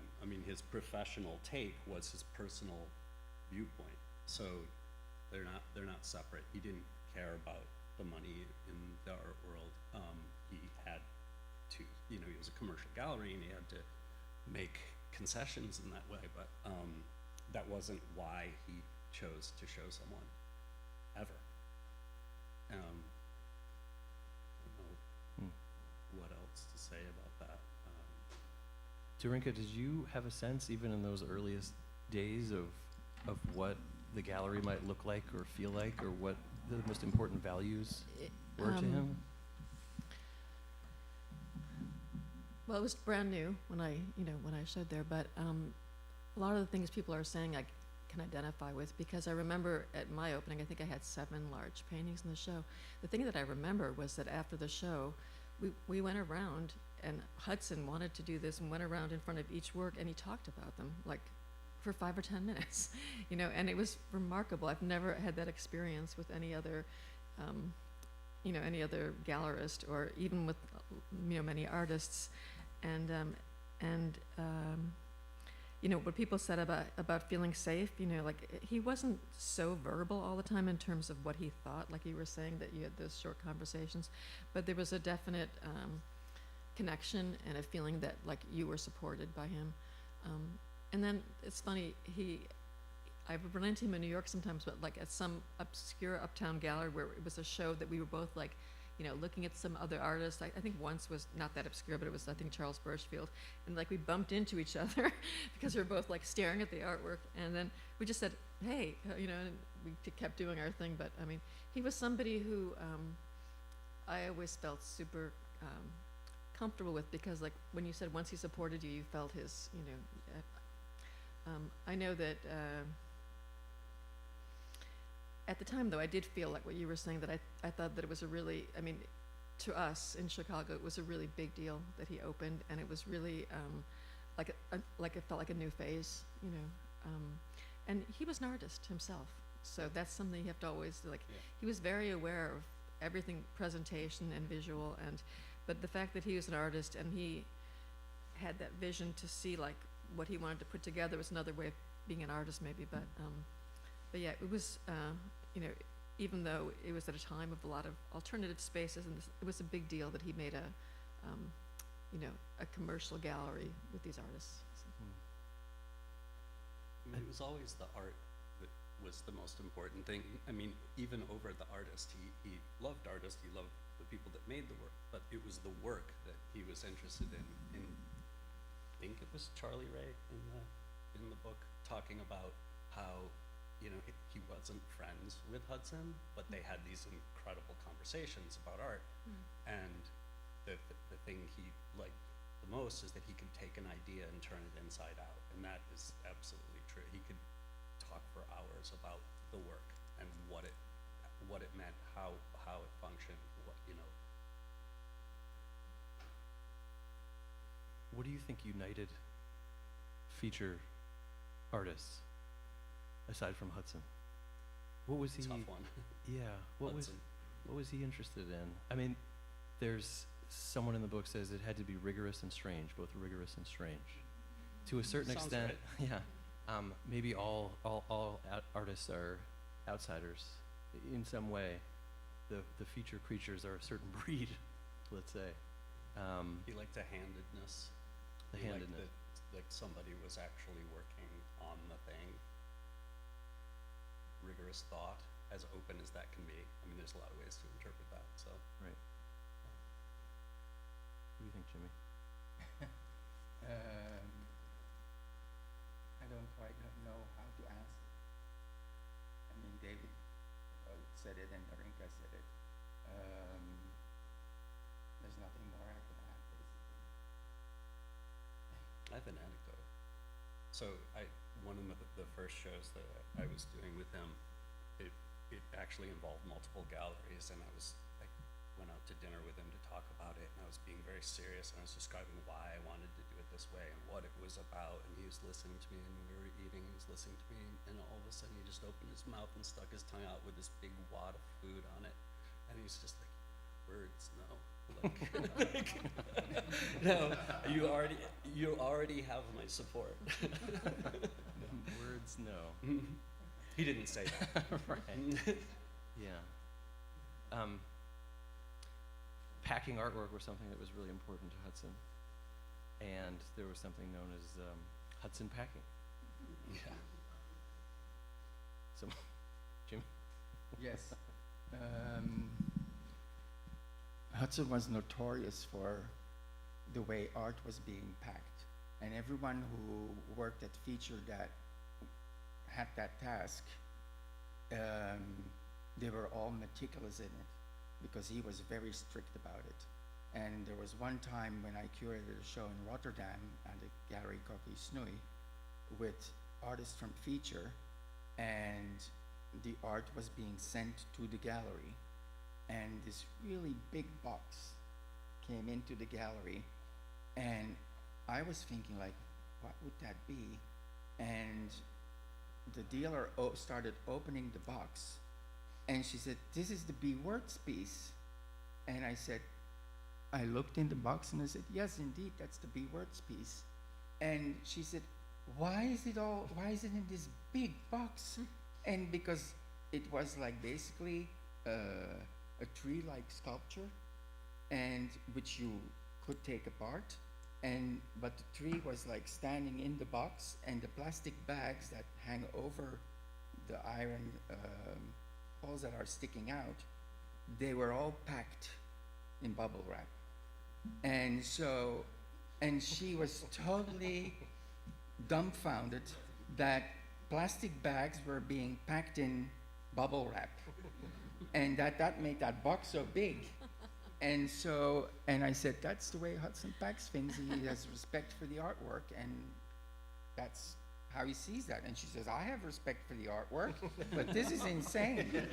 And I was like, yes. So, I mean, what could I say? And did he train everybody to pack in the way that he wanted things to be packed? Oh, yes. He would come and look. And if it wasn't to his liking, he would have to do it again. But he also had a thing with the tape. If you used too much tape, he would freak out. And you could see that because it would be quiet in the gallery, and you would hear the packer go like, and I was always waiting, when is Hudson gonna lose his shit? And sure enough, like 2 minutes later, he would like get up his chair and go like, is it really necessary to use so much tape? So, that's my packing stories. Amazing. Nancy, you talked about being intimidated by him, and obviously respectful of him. Can you talk about that quality of intimidation? Or it sounds like things really had to be a certain way.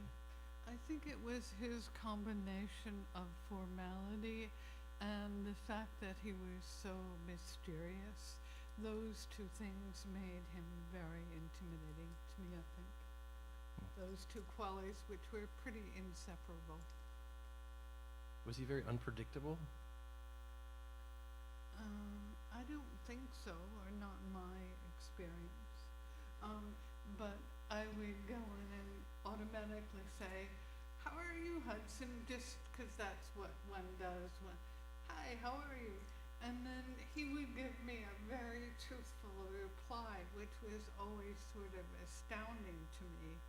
And it made me think, well, maybe I shouldn't ask people anymore how they were.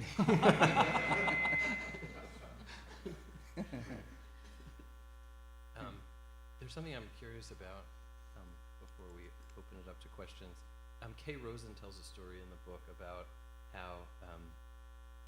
how she was showing with Feature, and there was a cover story about her in Art Forum, and that Hudson didn't keep the magazine on the desk in the gallery. He had it behind the desk, and this was, of course, mystifying and frustrating to her, and such a curious detail.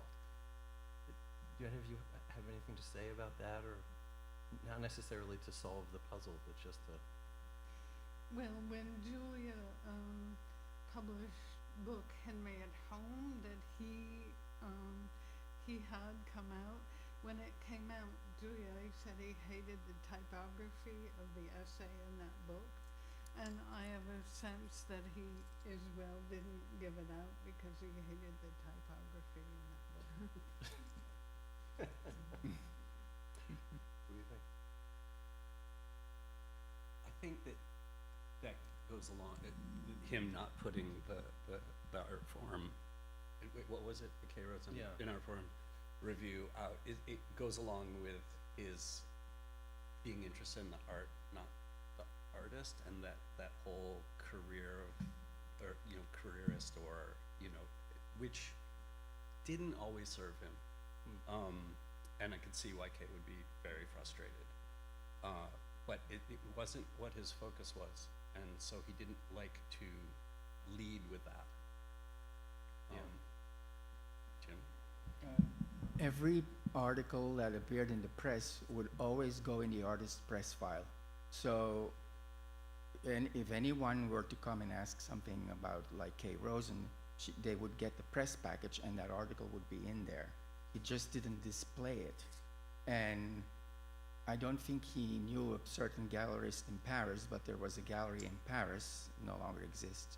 And they always had art firm open, and then the artist would be in art form. And she was called Madame Art Form because it was said that she would leave through art form and go like, and then look, and then that was the artist she was gonna go after and show.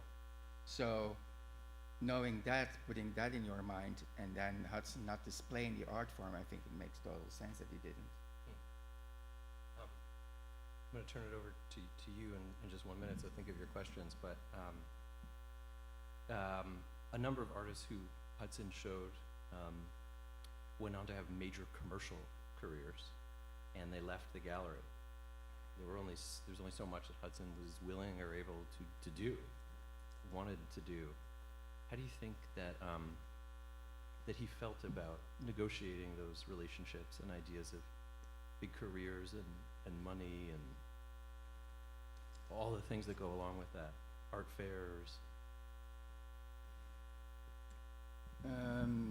He hated art fairs. At the end of his life, some people were telling me that Hudson said that he loved, it came to love them. I doubt that. He didn't like that commercial aspect of it, but he felt, you know, he needed to do some of them for the artist and for the art, not to make money. That was never the number one reason. Now I lost my track. And what was your question again? Just the when artists moved on, you know, Oh, what right, he made of it. right. Moved on and That's where I basically, that's a difficult one for me to answer because, as I said before, to me he was like a father. And so whenever something happened that like made father sad, I would get really angry at the person who made father sad. And so there were a few artists I was really angry at and still am because they hurt father. But that's the only way I can describe it. There were other artists that like they left on very good terms with Hudson, and Hudson basically arranged everything for them so they could move on. That was something I could live with too. That was something that was agreed amongst everyone. But there were those that moved on and basically it was like, thanks, goodbye. And that, no, I don't think any dealer likes that because you invested a lot of, and for Hudson was of course also a lot of money that was invested, but that was not the primary thing for him. Thing was he invested so much of himself in it. And it's a relationship basically. And so like any relationship, when there's a break, there's trouble. Just say one thing. I just want to say after listening to everybody, Hudson was a very rigorous person. Like he started studying Ayurvedic medicine, if I'm pronouncing that right, in his 20s. He did meditation. He went to every year to a meditation center for a month. I think that the spiritual aspect, I mean, to me, just also from hearing everyone, he had this spiritual aspect where he was so focused and rigorous that other things fell away, the things he didn't care about. And that there's certain things in the art world he didn't care about. There's certain conventions, even with people, but the things he cared about, including the art and the people, he was very connected with. And I mean, I think just also hearing everyone who worked with him talk about him, I think they felt that spiritual connection somehow, probably because he connected with their work. But in any case,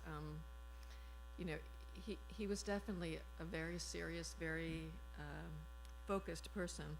And I think that's how he was able to do what he continued doing all the way through, despite like the enormous crazy changes in the art world. I have this story that I've thought about that I told Jim Patterson that's become more valuable to me since I've read the book, and being here at my age of 78 and thinking about that age in relation to all my life in art. I was working at DIA when I first when I became part of Feature, and I volunteered to put stamps on postcards for Hudson because I worked at DIA and I didn't have, I could just sit there and read. And so I had a whole bunch of postcards and I put stamps on them. And then the following month I went back and I asked Jim, do you want me to do it again? And Jim said, no, you didn't put them on straight. And it meant nothing to me. I couldn't process that at all because I had no understanding about it at all. But now at 78, I realize how it was such an important aspect of his care that the stamps went on parallel to the sides of the postcard. And now it means very much to me when it meant nothing then. Thank you. Steve Lafreniere, in his self-interview in the book, says that Hudson was a Zen drill master. Right. Ran the gallery like a Zen drill master. Yeah. A few minutes left. Any questions or comments or reflections? Just out of curiosity, how many folks here knew Hudson? A fair bit. Preachers, yeah. A fair bit. Yeah. I was wondering, does anyone know if there's an archive of the Farm magazine that Hudson put out his zine? Sorry, can you hear me? I was just curious if anyone knew if there was an archive of Farm, the magazine that Hudson put together that I read about in the book. Yes, there is a Feature Hudson Foundation, which is a foundation that was created after Hudson died. And that foundation has all the archives, including the ones with the farm issues in it.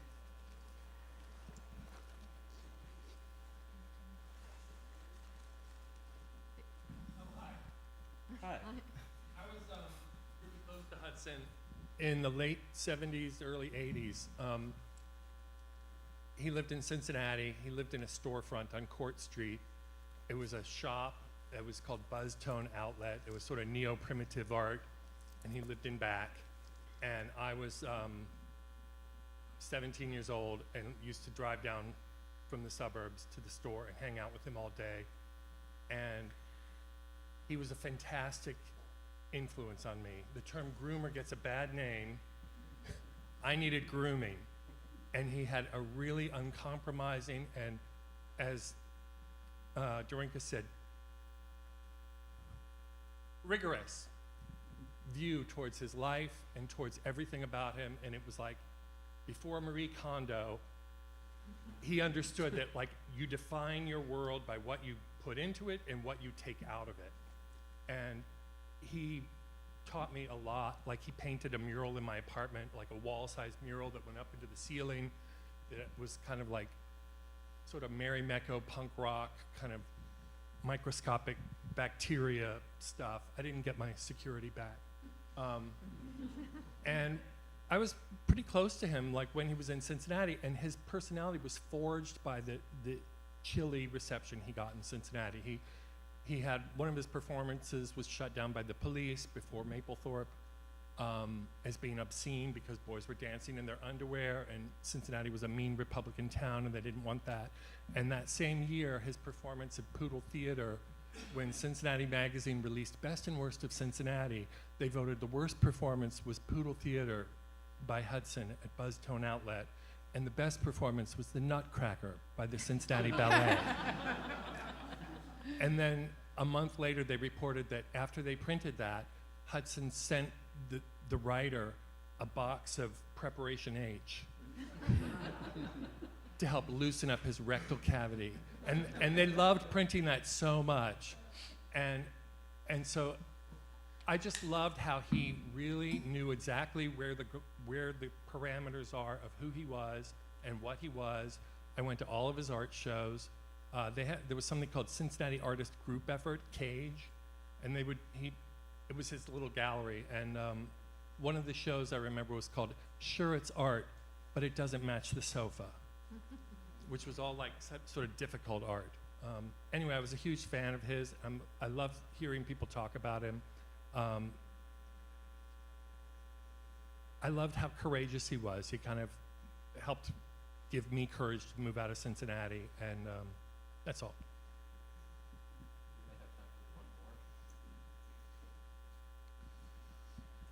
I just want to answer about the farm. I would send 2 copies of each farm when we published it to the Library of Congress. So if you're ever in Washington. That's James Peterson talking. I'm afraid that's all the time we have. But I guess folks can visit Julius, the Soberscove table. And there are also books available that will be in the bookstore? Yeah. Okay, cool. Great. Thanks, everybody.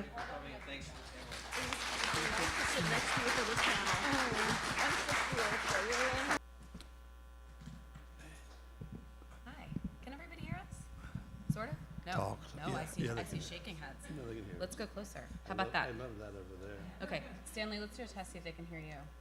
Can you hear me? Yeah. Yeah. Okay, cool. Yeah. Hi, Yeah, yeah. welcome everyone. Thank you so much for being here. Okay, so I'm Kathleen Chaffee. I'm the Charles Ballback Chief Curator at the Buffalo AK. Even louder, louder. Okay. Maybe we can turn up the level. I guess. Okay, cool. I'll get louder. Okay. I'm the Charles Ballback Chief Curator at the Buffalo AKG Art Museum, which is the new name of the Albright Knox Art Gallery.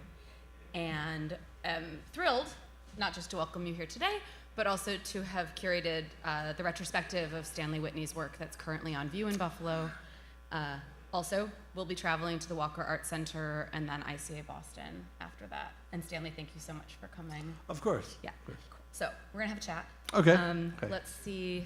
While I thank some folks, I'm gonna see if I can play this video, which is silent. Okay, so it gives you a sense of the book. This is a book fair. This is the this is the catalog. We're gonna talk a little bit about the catalog today.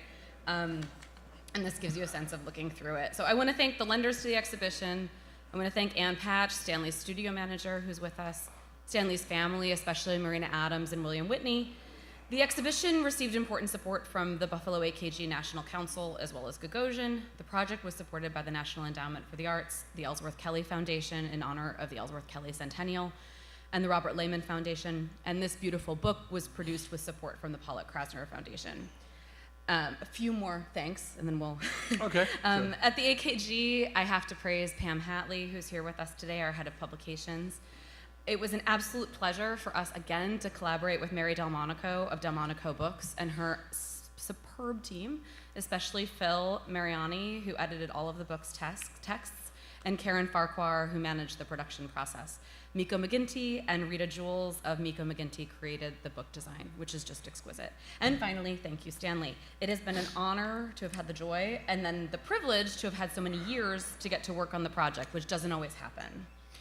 Today, we're going to talk a bit about the retrospective in general, and I'm going to share some pictures, and then we're going to talk a little bit about what came before the show, and that's a story that's also told to a certain extent in the book. So a couple of images just to give framework for the book, and jump in at any point, but I'll ask you questions. All right. Okay. Okay. So just to give you briefly a sense of what's included, so there's an essay, an introductory essay by me that takes you, also we have some great archival images and images of paintings Stanley made in college. Some actually might be a high school, I think mostly college. High school.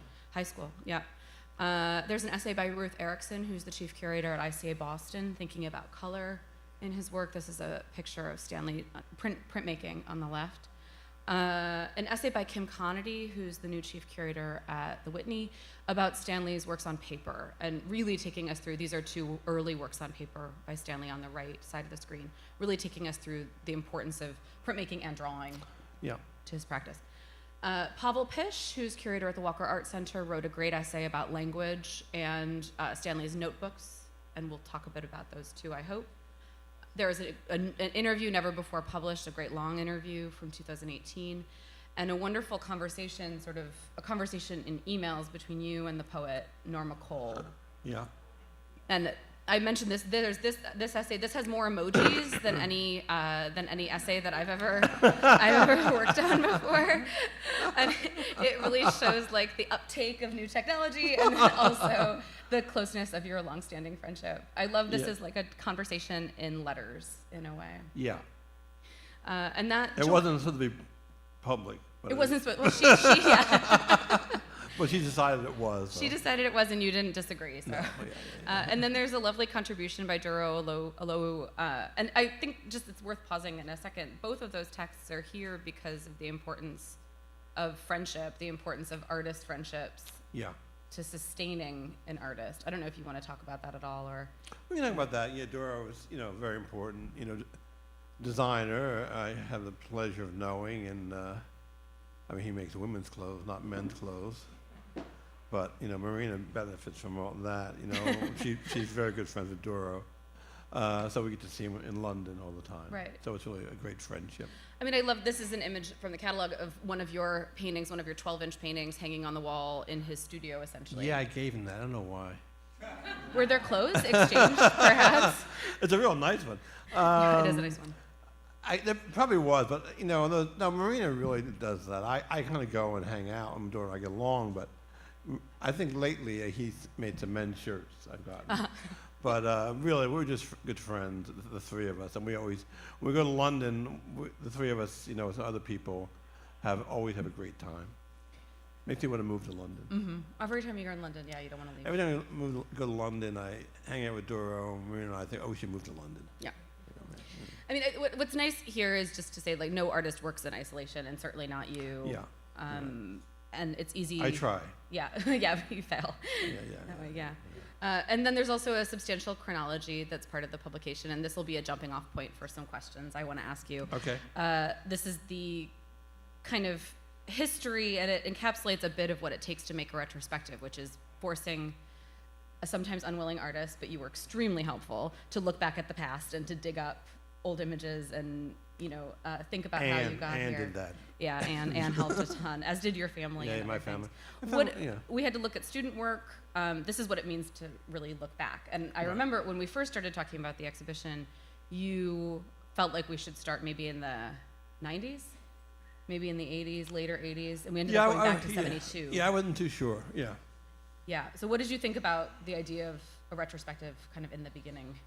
I wasn't too sure about it. As an artist, you're always moving forward, Yeah. And I always was. I think I always was I never really looked back. Probably I should have done that more looking back, but I didn't. It's like even those photos there when I was in Columbus, Ohio, when I left there to go to Kansas City, I just left. I was poor, so I never took anything with me. You left all the work you had left made all the work I as a did there student, left. yeah. And even the stuff you got from Bill Shank, Yeah. I just left everything, Kansas City, and moved to New York, and I just left. So I could never take anything with me. I never thought about that. And I was always it's always the next from the next from the next one. Yeah. I still think like that, It's very seldom I look back at work, which I think I should do more of, but I just don't. So this is, speaking of Columbus, so you go to Columbus College of Art and Design in '64. You stay Right. 2 years until it's clear that the draft board is going to come for you. Yeah. I got out of high school in 1964, which was one of the biggest draft years for the Vietnam War. And luckily, I came from a very small little black community outside of Philadelphia, Bryn Mawr, Pennsylvania, and I planned on going to New York, going to the Art Students League or Visual Arts. Yeah. But Visual Arts was only 2 years, 3-year program. And my good friend, this guy called Flubby, we went to we went from kindergarten to grades all the way to high school together. He did go to visual, and I got drafted immediately. Yeah. So I realized that was a bad idea.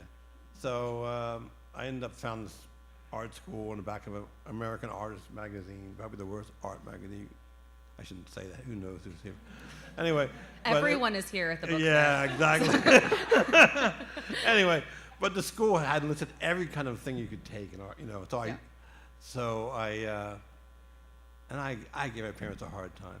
So I got in the train and just went to Columbus, Ohio. Went to the school, which ended up being a house of 8 rooms by the museum. And I was okay. I did 2 years there, and then my draft board said it wasn't accredited. Right. But art schools were beginning to be accredited. So Kansas City had just built dorms and a new campus, and so they were recruiting, and a lot of us from there went down to Kansas City.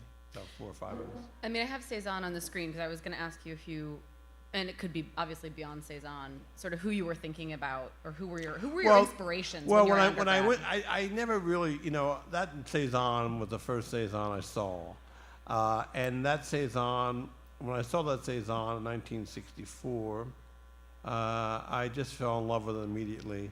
I was very impressed that the floor and the background were just as important, maybe more important than the figure. Yeah. You know what I mean? I love the rhythm of it all.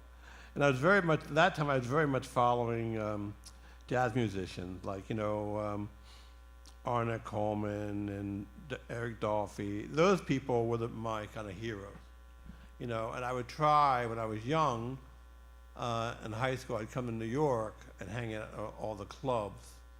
Slugs and Lower East Side, the Village Gate, and Five Spot. I'd hang out at all these clubs. But I realized I'd hang out with these musicians, but they could go all night.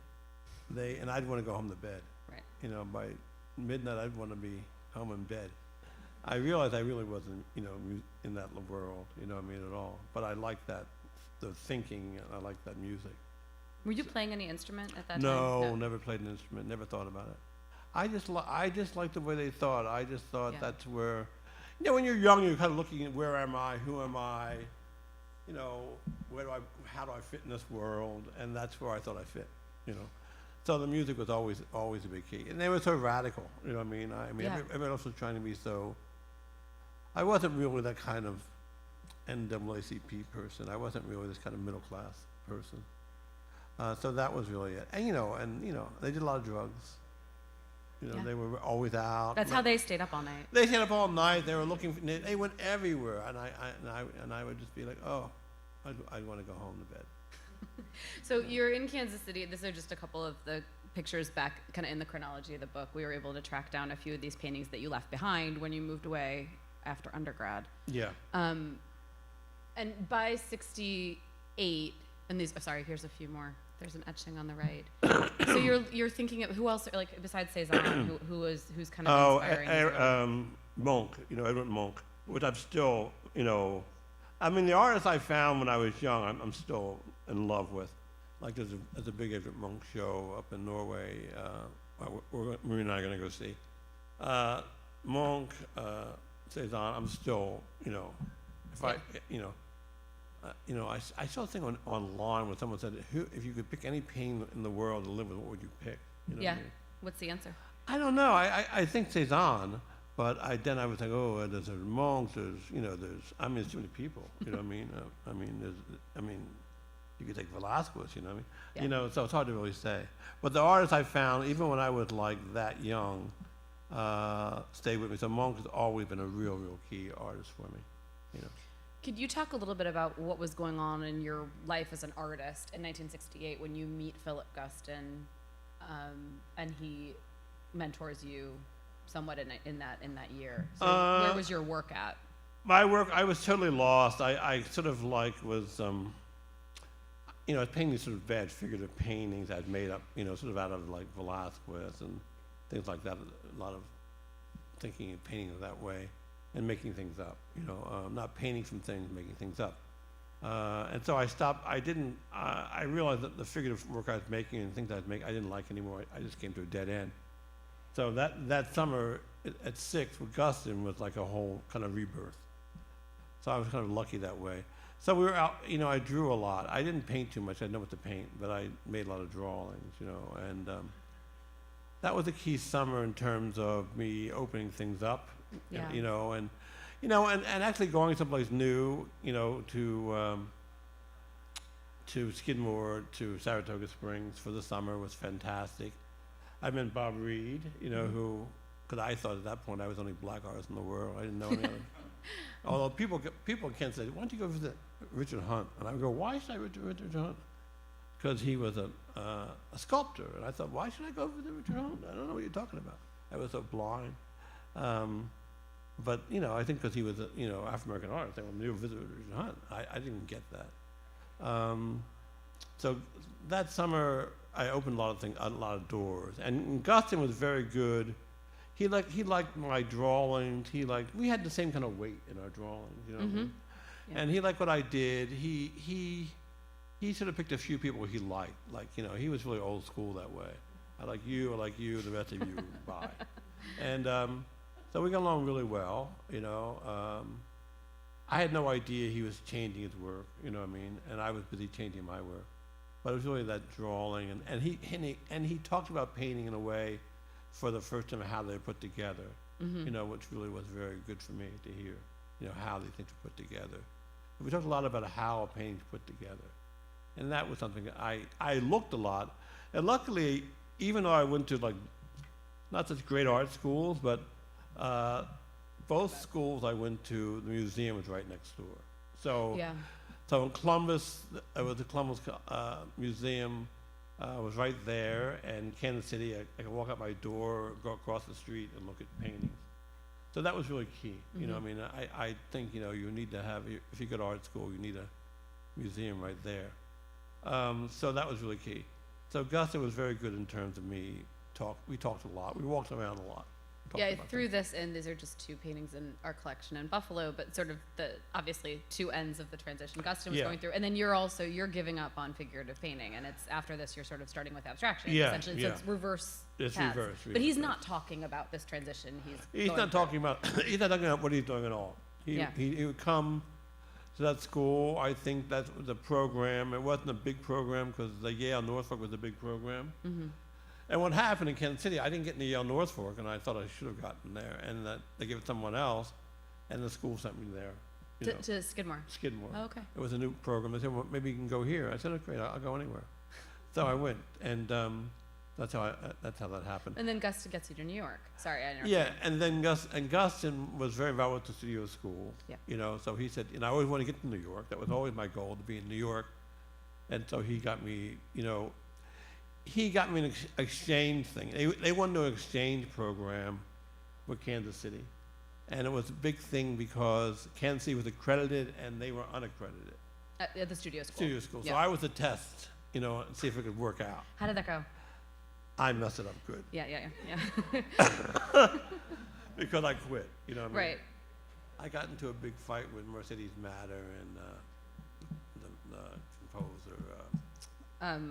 Morton Feldman. Yeah. Morton Feldman. Because I wanted, I was very young. I didn't want to hear old stories about, about the art world. And I wanted to be in Kansas City and be where everyone else was. So I one day I got in a huge fight with them, and I just walked out the door and never went back.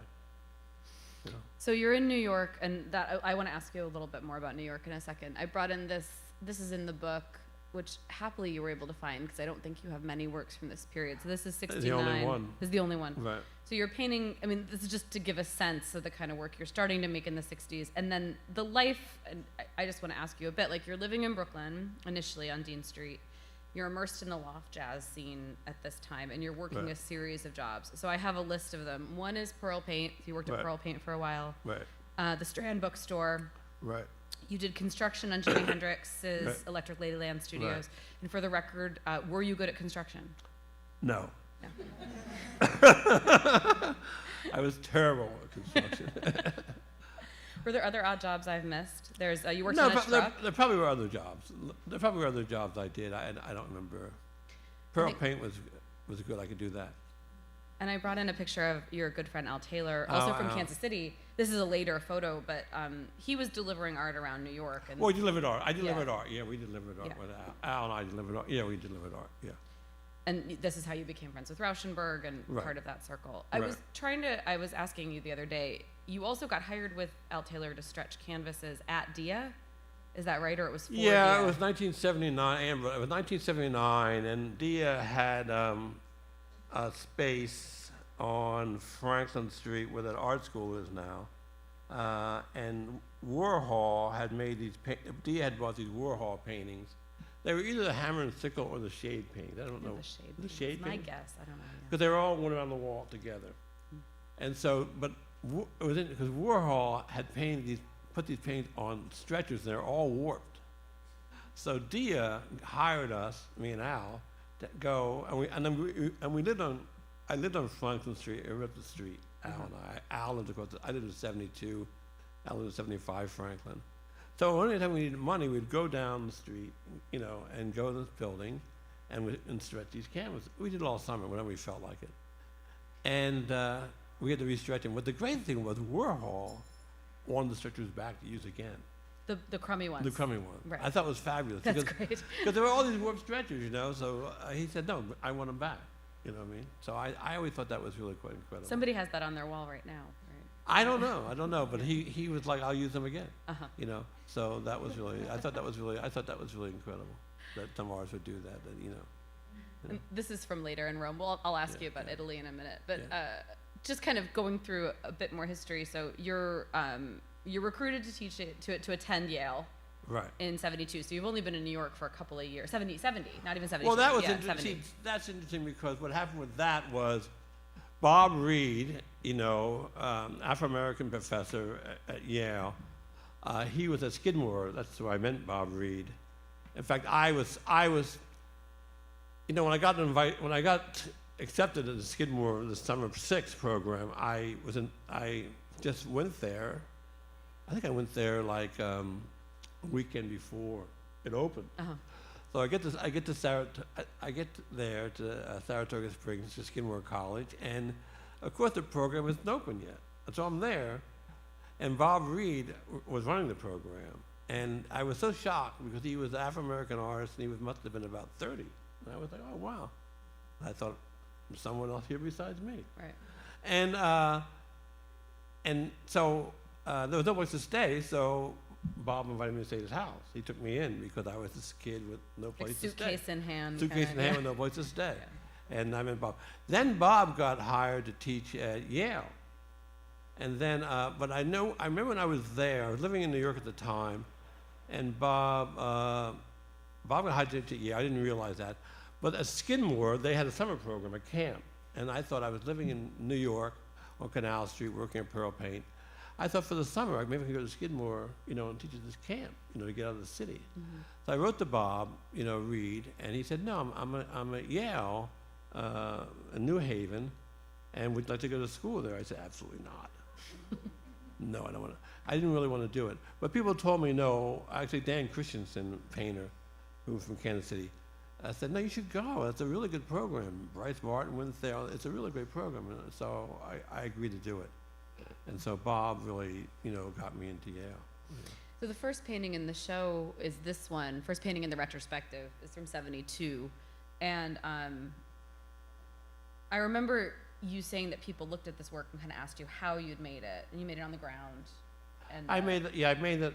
That painting is as big as my floor of my studio at Yale. And I made this painting, when I got to New York, everyone was painting in acrylic. Everyone was either following Pollock or you were following Barnett Newman, or the other color field painters. I was much more involved with the color field painters, because a lot of them were from Kansas City, like Dan Christensen, who I knew really well. So I switched, and my work had switched. So I was painting with acrylic. So this is I made it in acrylic. I made it on the floor. I painted it with a acrylic paint with a cardboard to make the lines to draw with, and I had a mop. Al Held told me, you should paint with a mop. So I said, okay, I'll try a mop. I wasn't for anything, so I did it with a mop. But I mean, in the end, you didn't want to be a process painter. Well, in the end, it didn't really work for me, you know. I mean, because I didn't know really what I wanted to paint. I knew what I didn't want to paint. I didn't know what I wanted to paint. I knew what I didn't want to paint. I didn't want to paint, you know. So it was a very hard time for me then. And when I painted this painting, I had no idea how I did it. I remember Clement Greenberg came up to school. Hal had Clement Greenberg in my city look at that painting, and he loved it a lot. And I said, thanks. You know, and now Hal told me, "You idiot." I thought, "What?" I said, "Thanks." You're supposed to leverage the relationship. I didn't know. I said, "Thanks." You know. Anyway, but I painted that painting. I had no idea what I was doing. I was totally lost in those. I mean, I was working. I was looking at everything, seeing a lot of art, searching. You know what I mean? That's what I was doing. Well, I remember. I mean, I love the stories of all of the jobs you had, and some of them are odd jobs, some of them are real jobs. Yeah, I had a lot of odd jobs. Right. Yeah. And starting in '73 to 2006, I think you taught full time at Tyler. Yeah, luckily, you know, I when I went to New Haven, I was really poor. I lived in my studio for a while, but then someone was offered a job.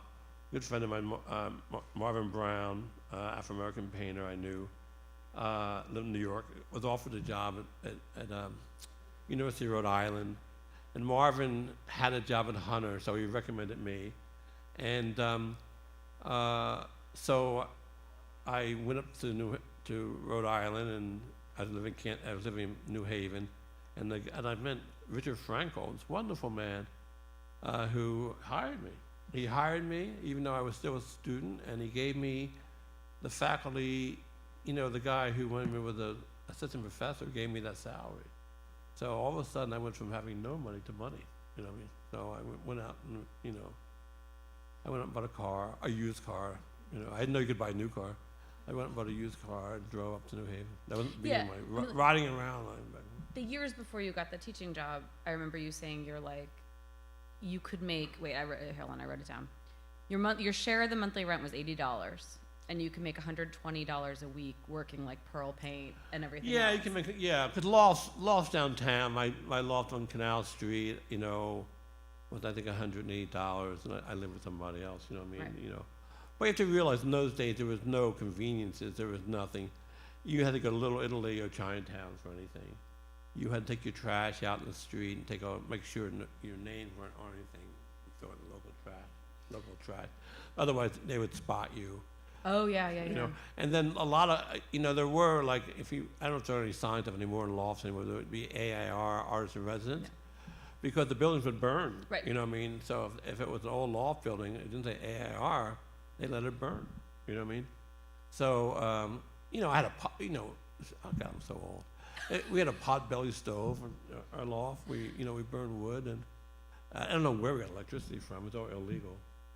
But anyway, but I lived on Canal Street in this place, But then when you leave Rhode Island basically in a way to come back to New York. Like you're there for a hot minute. But I went to Rhode Island, and I got the guy I taught when I was there a year when I was a graduate student. Then the guy offered me the job for the year, and I went to Rhode Island for a year after graduate school. And, you know, it was very nice. I had a place to live. I had money. You know, we sailed a lot. We drank a lot. And then I realized I had to get out of here.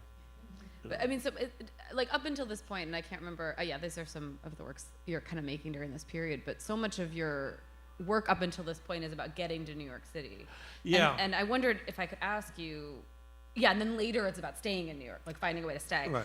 And I wondered if I could ask you a little bit about what it meant to you. What did New York? And I'm going to go through a few pictures while you talk. But what it meant to you to get there. What did it represent when you were a student and then after being a student even?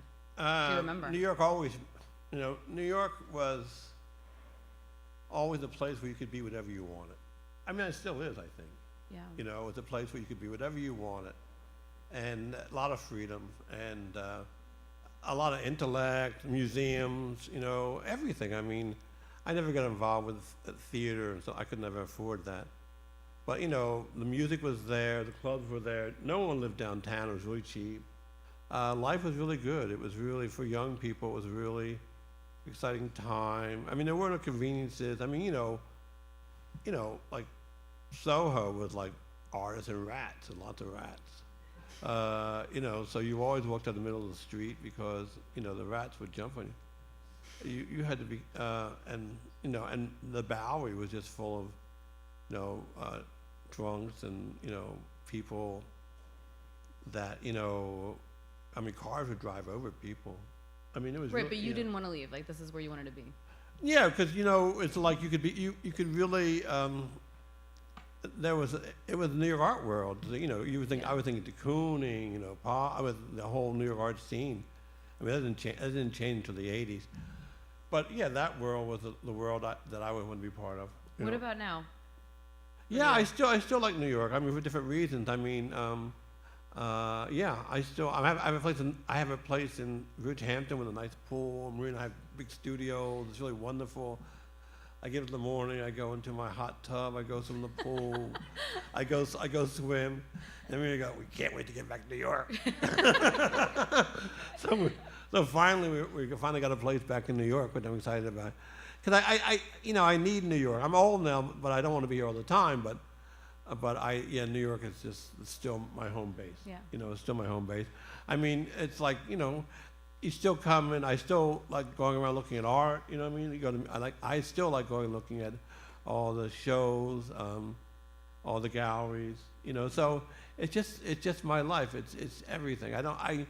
Now I can afford to go to plays and stuff like that, which I don't do. I mean, I cannot do it, but my art world's always been the biggest thing. But yeah, New York is still a big part of my life. We have a house in Italy too, so we like getting out too. Right. We have a house in Italy, so before COVID, for 25 years, every summer we left and went to Italy. So I like that too. But New York, I do need New York. Not as much as I did when I was a kid. Yeah. Because as a kid, you're really looking to figure out, put your life together. Like, who are you? What are your needs? You know what I mean? What do you need? It's like a recipe. You're putting together a recipe, and then once you get the recipe, you can start being a really good cook. But before that, you make a lot of bad things. Well, I don't want to pivot to these really strong paintings on that note. But just to ask you, I wondered. So I've been scrolling through a number of your kind of early to mid '80s works, which are collected for the first time in this exhibition in the retrospective. And then I was going to talk to you a little bit about travel. We probably have another 10 minutes, and then I'll ask some questions. See if people have questions. But I wonder if you could say, because people probably haven't seen, most people won't have seen the paintings I've just been sharing. If you look at a work. Maybe like Portrait of a Dream. Right. Like, what were you trying to accomplish with a work like this at that time in the early '80s? Well, I had just made some prints at Bob Blackburn's print shop when Marina was working, and she got me invited there, to tell you the truth. And I had done these prints that were like, I think they were with not oil paint, but they were with some kind of I forget what the paint was. But I liked them a lot more than my paintings. And, I was trying to I wanted really wide open space. I wanted a lot of color. I didn't know anything about what kind of structure I want. I knew what I didn't want to do. I had, I was looking at a lot of art. We used to, in the old days, we would go 57th Street, had all the galleries. On Saturday, we'd go to 57th Street, go to Horn & Hardwick, meet a bunch of artists. We'd walk up and look at all the art. So I was looking at a lot of art. I was seeing a lot of art, a lot of... Marlborough had, was a great music. Marlborough Gallery, there was Pierre Matisse, who looked just like his dad. I used to stick in the room and look at him. And say, God, I was thinking around the corner and go, he looked just like his dad. He's like, oh, there he is. So I was just looking at a lot of art. So I didn't know. I really didn't know. I was trying things. It's just like trying to see who I was. So I want a lot of color, a lot of drawing. That's all I knew. I didn't know much. But, I mean, for me, and I think for anyone who looks at these probably in a row, if you're, you don't have to be like a teleological thinker to sort of see that there is an evolution going on. There's this seeking of structure, and as your colors start getting more saturated after you do some travel. So this is a picture of you in the Four Corners region, and then there's a moment in the early 90s. And this is the low-res image, but this is a show of yours that, was it fiction, nonfiction? Nothing sells from this show. Yeah, nothing sells. Yeah. Nothing sells. Like off to Europe ago. But the way this thing was made, I had a palette, and you mix your color on your palette, and so I sort of the painting sort of became like my palette, I thought I didn't really, when I was in Kansas City, I remember people talking about, I was in the middle of Kansas City, people saying about hard edge paintings, and I thought, what could that possibly be? I thought a hard edge painting. I couldn't. It's like when I was a kid, people say the Iron Curtain. And I'd look at my parents' curtain and go, the Iron Curtain. What could that possibly be? Anyway, but I was looking for how do I paint or what do I paint, and I knew what I love Pollock. I love Barnett Newman, Who's Afraid of Red, Yellow, and Blue. I loved a lot of different kinds of things. You know what I mean? So I had all these things I loved, trying to figure out how much of this, how much of this. It's like being in a garden. What do I want this, I want this, I want this. So going across country, this is a great country. Marie and I drove across country a couple of times. The open space, the Southwest, Canyon de Chelly, Grand Canyon, all that we loved all that. And so I was trying to figure out I wanted everything. I was trying to get everything in the work. And so that's the thing. I wanted all the color, I wanted all the drawing, I wanted all the space. I wanted everything. I still do. We should stop right there. That's actually, no, I'm not going to. So I'm trying to get everything in the painting. But in a way, I would argue that by the time you get to the works that you're making, and this is just images of travel and the way that architecture really played a role in the kind of increasing density and the way you're getting more and more color in these works in the 90s. Yeah. But I would argue that when you get to the works of the last 20 years, you are getting the whole world in these paintings. Yeah, I'm trying. It was, a big thing was going across country, doing all that, and then going to Rome and doing that. The combination of those two things was really key. Like, first I went across country. A lot of the Mylar drawing have an open space. The pending drawing have an open space like that. And so I think doing that and then going to Rome was the key. I always think about that in that order was the big thing. And then Egypt was, when I went to Egypt, I had the last piece of the puzzle. Right. In Egypt, I got density, and that was the best, because I had another way of making space as opposed to space like sky. I get up in the morning now, because when I get up in the morning, we go into the hot tub and before I swim, and I look at the sky and go, oh, what a beautiful sky. Actually, the island, is so beautiful. I didn't realize how beautiful it was. It's very beautiful out there. Yeah. The sky, the light, the trees are really fantastic. So I want that too, so now I'm having a big conversation with the trees. Tell me more about this. I don't know more. That's it. I'm just looking at the trees a lot, So I don't know. Maybe if I hadn't gone to New York and come. Anyway, the trees are really important to me right now. I was going to ask you to go. I'm going to go back in time for 3 more minutes. Okay. And then anyway. This is the first survey of any kind dedicated to Stanley's work, Stanley Whitney's work, but it certainly isn't the first important show or the first even museum show. So I brought in a couple images of some, that time in Italy gets you exhibiting internationally. So I have one image of a collaborative show you did with David Hammonds in 93, 94, and there's one collaborative artwork in it. And I wondered if you could talk just a little bit about Quiet as It's Kept, which was a really important show for you in 2002. Well, that show, I always wanted to do a show of 4 generations of Black Afro-American painters. I wanted to do Alma Thomas, Ed Clark, myself, and Denise, who was a colleague of mine. I met Denise at Yale when I visited her, and then I hired her to teach with me at Tyler Temple. And so I was hanging out with David a lot in those days, and I always said, I want to do this show of, 4 generation Afro-American art. Because at those times, at that time, God, things have changed so quickly now, but at that time there wasn't really much presence anywhere. And David said, oh, why don't you do it? And I would say, well, where could I do it? He had the gallery, Christine Koenig, in Vienna. And Dave and I became very good friends when we were in Rome. Because he's in Rome at the same time I was in Rome. We hung out all the time, the three, you know, all of us, Marina, Dave, and I, and his girlfriend.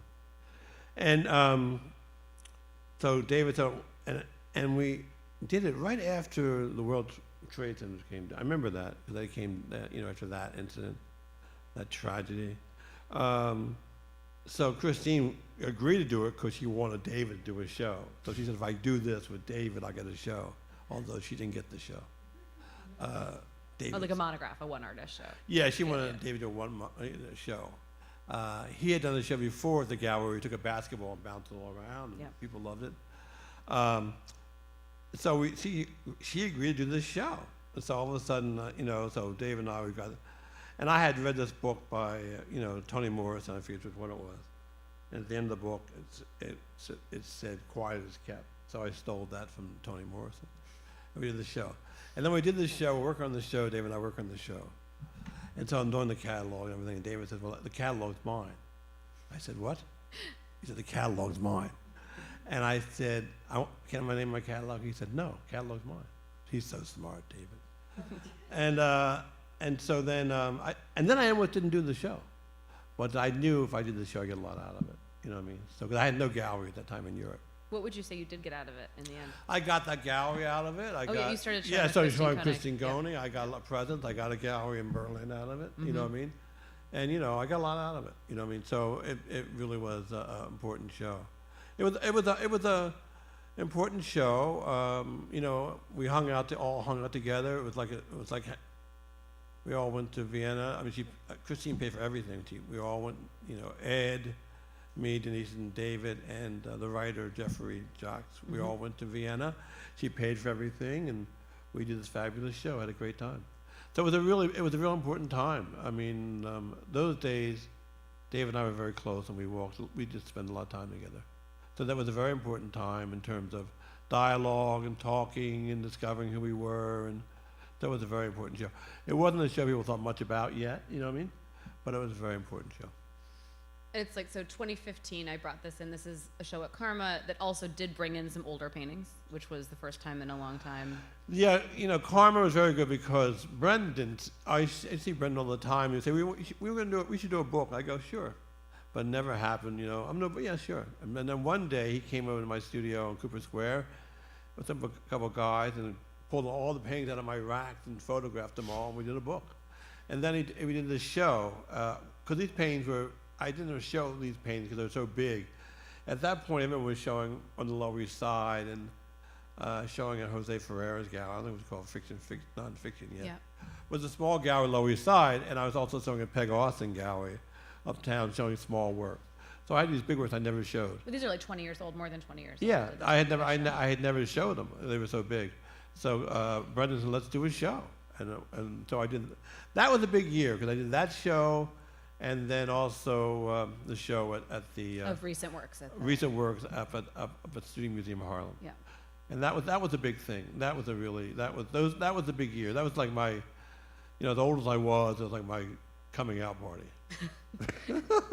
I mean, I showed a lot, but nothing ever happened. I showed here, showed there, different places. I showed a lot, and but nothing really, you know, not much happened. So that was a big thing. That was a big year. And then, so this is 2 years later was Documenta. This is the first time. This is when I decided that we should really do a big. I absolutely was. I had seen individual works of yours. I'd seen little groups, and seeing the works together at Documenta was when I realized how much conceptual work there was in your use of color, and the contingency of color, the way that all the colors were different depending. So to have a series was absolutely. So we acquired this painting for our museum's collection, dragged you to Niagara Falls. Right. I leave that up for a second. She didn't want to go. No, if you live in Buffalo, you go to Niagara Falls with every visiting artist. Sorry. No, it's great. It's great. And then COVID happened, and the retrospective we were working on got delayed. Oh, that show was fantastic. You did. Thank you. Yes. That was also with that. Yeah. Vincenzo de Bellis. So that show got delayed. We did this great show in Venice 2 years ago, looking at works you've made in Italy over the years. You talked about the time you and Marina spent in Italy. And then here's the retrospective now. this is you walking into that show. And I have some images, but I think in general, what I wanted to ask you, I'll just get to the last images. Because I wanted to briefly ask you about the last gallery in the exhibition. Okay. But first there's 12-inch paintings. These are some of the prints that are on view in Buffalo. And the sketchbooks, which I wonder do you approach your sketchbooks differently now that they've been shown in public? Yes. Yeah, I'm sorry. I mean, I try not to. I try not to, but when I first did the sketchbooks, they were always very private. Yeah. And then actually, would listen. I have to say, Alice Logsdale was the first person who took a sketchbook and made it public. Yeah. And I was like, oh. And I always thought, I remember seeing Picasso's sketchbook, and he never let anyone see it. When it finally died, he had the sketchbook. I thought, oh, this would be great. And it was a sketchbook. It wasn't a big deal.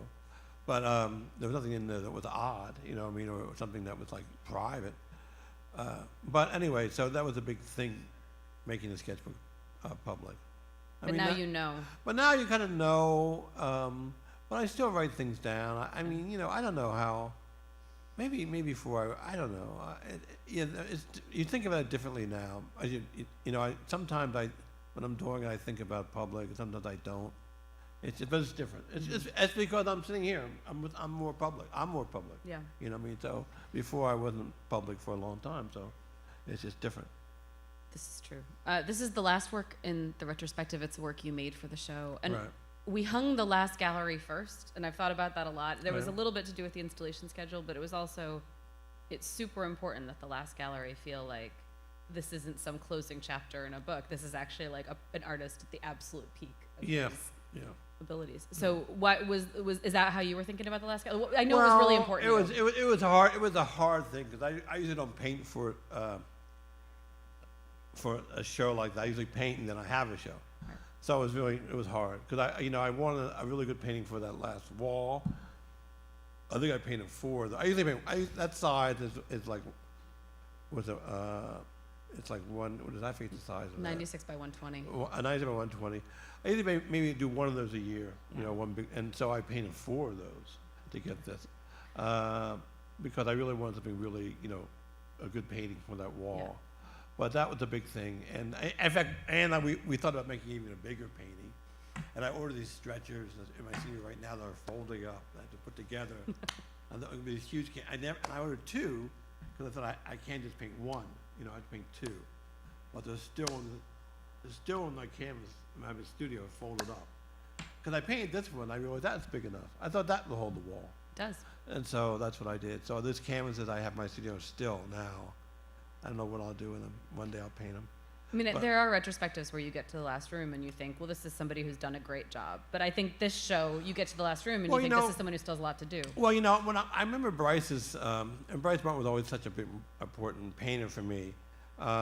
His retrospective at the Modern, and I thought his last room was awful. You know what I mean? I thought it was really not very interesting that he showed his beginning of some work, And they weren't that interesting to me. I think the one the Modern has, you have the wall with the yellow, red, blue, and then the line. I don't think it's really one of I personally, don't think it's one of his best paintings. But I thought that he showed a new beginning, which I was really knocked out by, that he was showing, a new start. You know what I mean? So that always stuck with me. I mean, I'm not in that space. I'm not. Because you always think about what are your late paintings going to be? You know what I mean? But maybe these are my late paintings. I don't know. But I don't know. I that's why drawing's a big key. I have a lot of drawing, thinking like, maybe I'll go this way, or maybe I'll go that way. The drawing is a lot more line. My prints have a lot different things in the prints. And I think I could maybe go this way. I could maybe go that way. Or like even the 40 by 40 painting. I started painting those paintings, thinking, if I get older. Even these big paintings like that, I can't move those around. You know what I mean? Before I could move these paintings around, I can't move them around anymore. So I paint small paintings thinking, well, if I get older, I could paint this painting. You know what I mean? I got a 12 by 12. I could be in a bed, I could paint that painting. So things like that. Great. Yeah. Thank you, Stanley. I'll just say thank you so much for this, and thank you very much. Appreciate it. So I appreciate it. I want to say one word.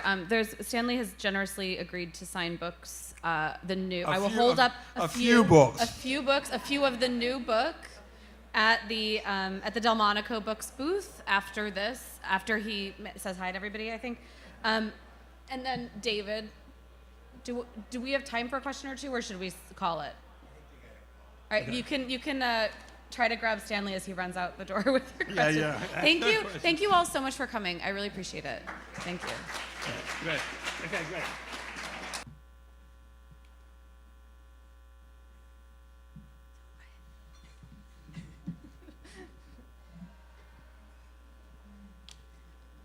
Hi, I'm Karen Kelly from Dancing Foxes Press, and we are super excited and happy today to introduce you to preview our next publication, or I should say publications, because this is a collection of 12 dance histories from a wide range of choreographers and actually writers. I want to make this quick, but I want to say thank you to Annie-B Parson for bringing this idea to life at a time when the stages were dark, because it was 2020 when we first started talking about this. And I want to thank Tommy DeFrantz for coming into the project, for joining us in this, and for bringing this group together, this generous group of writers. And thank you to Ogemdi and Bebe for being here to join the celebration. The books are being bound right now, so we will have them in the next few weeks, and so please check our website. We have a few here to look at and preview. So I want to introduce our readers today. Well, first, I want to introduce Annie-B Parson, who co-founded Big Dance Theater in 1991. She's created more than 20 large-scale works for venues such as the Brooklyn Academy of Music, the National Theater of Dance in Paris, the Kitchen, Old Vic Theater, so many different places. She's worked with so many different people: Laurie Anderson, Baryshnikov, David Bowie, David Byrne, Martha Graham Dance Company. So it's an honor. Tommy DeFrantz, Direct Slippage, Performance Culture Technology, a research lab that explores emerging technology in live performance applications. DeFrantz believes in our shared capacity. This is very much about this book series. A shared capacity to do better and engage creative spirit for a collective good that is anti-racist, proto-feminist, and queer-affirming. Tommy's also performed his works in so many different places, so thank you for being here, Tommy. Bebe Miller.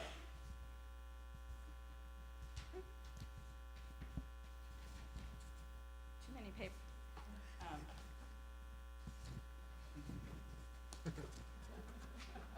Sorry. You think I'd be used to paper. Bebe Miller, her vision of dance resides in her faith in the moving body as a record of thought, experience, and beauty. She has also collaborated with so many different artists, composers, writers, and designers, and dancers who share her studio practice, from whom she's learned what dancing can reveal. And she is joining us from Columbus, Ohio today. And Ogemdi.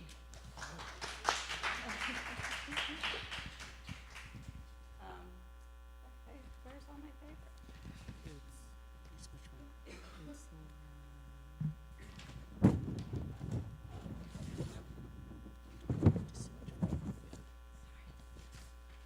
Ogemdi Ude is a Nigerian-American dancer and interdisciplinary artist, educator, and doula based in Brooklyn.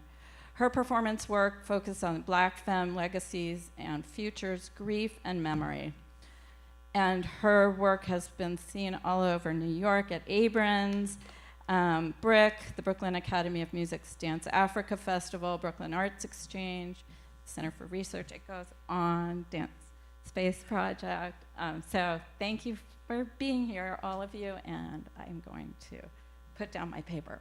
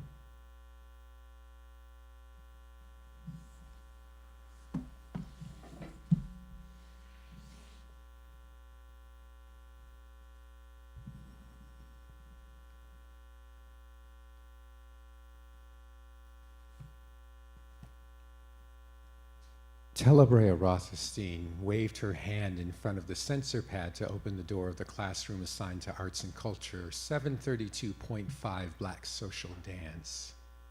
She needed to check the visual imaging interfaces for her class, scheduled to meet for the first time that evening.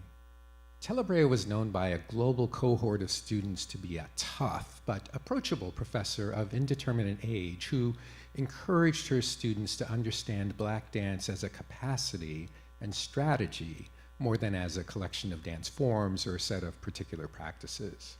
Her interface sessions were smart and sweaty, a combination of discussion, provocation, integrated neural system participation, and some very old-fashioned dancing. For tonight's session, she expected most of the 1,500 enrolled participants from the university and some 80,000 witnesses, with 5 live present students coming in person to dance in the neural system participation classroom. Telebrea had been teaching at this private university for only a couple of years. Well, teaching in person, that is. Long ago, she had run a successful neural distance dance academy of her own. The university had picked up the feed, broadcasting her teaching to its student network as an elective physical activity. 2 years ago, Telebrea was asked to do on-site sessions. It was highly unusual for someone working in dance, and in particular Black social dance, to be invited to teach on campus. Telebrea's participation vectors had gone from the 1,200 she used to have in her broke-down home neural pulse network, which operated at a truly slow 5 million clicks per second, to this brave new hyperfast world of nearly 100,000 students at a time plugged into a full neural interfaced 2 billion responses per second. She liked working in these advanced, freshly outfitted facilities where, with a tap of her temple processor, she could summon an IT support team ready to troubleshoot any communication that went awry. Honestly, though, Telebrea didn't have much experience working with live students in the classroom. Telebrea's home teaching sessions had always been conducted without any students in proximity. The distance neural pulse students had tended to be awkwardly detached as they tried to perform the movement she demonstrated, even though their pulse devices guided their gestures via quick nagging electrical charges. Distance dance lessons had become popular when neural implants replaced wearable sensors. As dance teachers generated movement within the very bodies of their students, Telebrea, like other industrious dance teachers, jumped onto the bandwagon of impulse-driven instruction. The emergent technological interface allowed more and more people to take up dancing as creative physical exercise. The plug-and-play method of having a talented dancer literally move you by way of her movements attracted all sorts of students. Telebrea's specialty was the old-timey black dances of the 21st century. She learned these dances from her father, Ezekiel, when she was a little boy. Ezekiel came from a dancing family.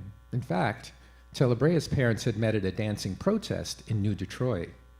Ezekiel and Jadina, Telebrea's mother, danced at all the protests they could in the 2070s, at the resistance against Central Congo overdevelopment, at the Rethinking Repatriation Affair of South Florida, at the Holistic Happiness Hoedown staged in Chinese Côte d'Ivoire.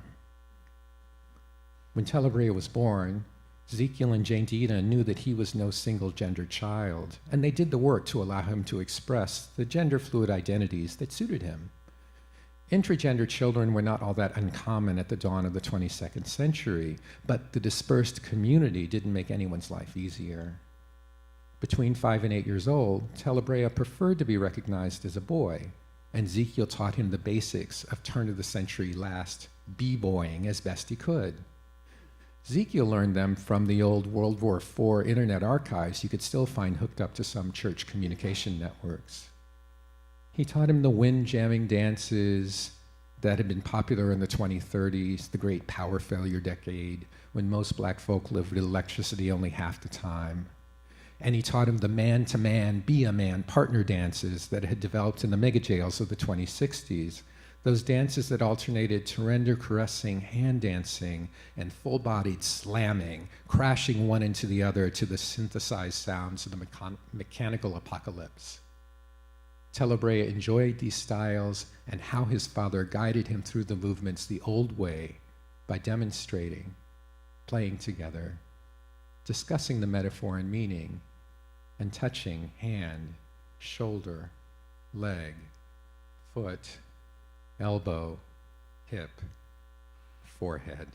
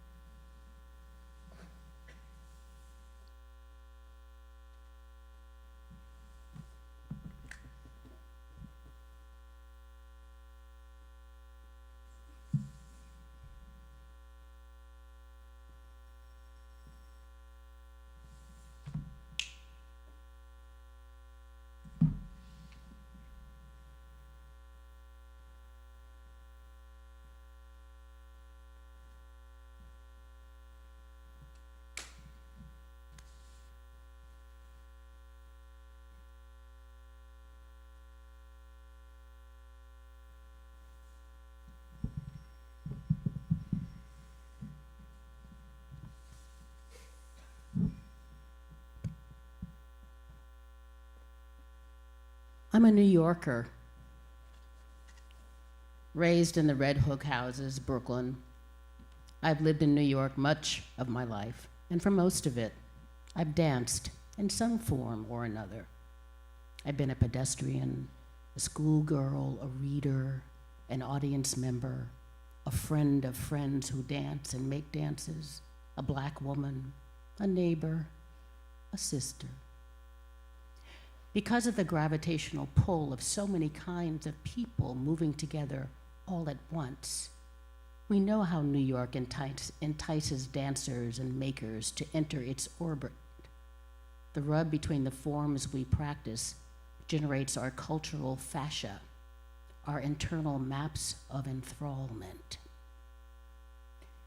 As a teen, then a 20, 30, 40-something in the city, I grew into my own habit of the choreographic, the syntactical, the rhythmical.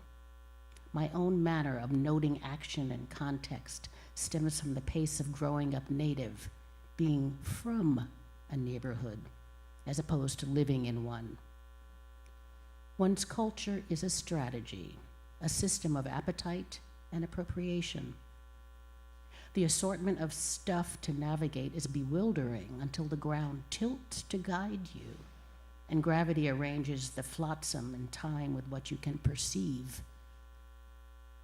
When I was growing up and navigating the city, the subway was the ground level, mappable. When my mother wanted her children to know things, she would find free concerts and ice skating rinks and libraries and know which train to take and where to stand when the door opened. She would do what was necessary to find the singular experiences that set the tone of the questions we would later ask. When my mother wanted to give her children the leg up she saw other people give theirs, she found Henry Street Settlement, an institution on the Lower East Side established in the late 19th century to provide social services, the arts, and opportunities for immigrant families. Her children had classes in art and music, and at the Henry Street Playhouse, dance classes taught by members of Alwyn Nicolai's Playhouse Dance Company.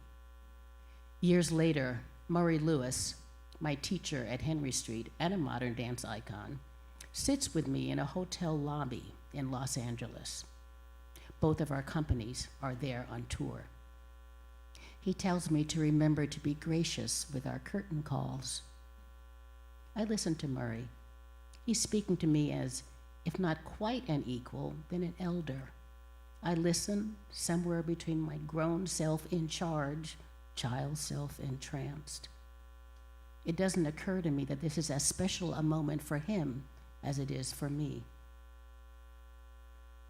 The journey to Henry Street, from our own Smith and 9th Street subway station to the East Broadway stop on the Lower East Side, involved emerging upward into a landscape that blossomed out of the dark tunnels into unfamiliar arrangements of people and place. We'd arrive without crossing the land, without seeing the East River change according to the weather. We never felt Chinatown vibrating a block behind us as we walked through the Jewish Orthodox neighborhood.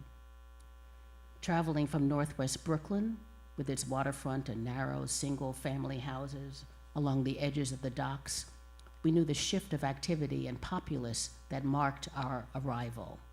The Hasidim and Latin folk shopping together at the Essex Street Market, sawdust, my mother buying chicken carcasses and spices cheaper than at our A&P, my discovery of Bleecker Street cafes, the boom boxes next to the continual b-ball game at the West 4th Street station, the thrill of available cash in the crowds at 34th Street, and Macy's and Gimbel's and Franklin Simon.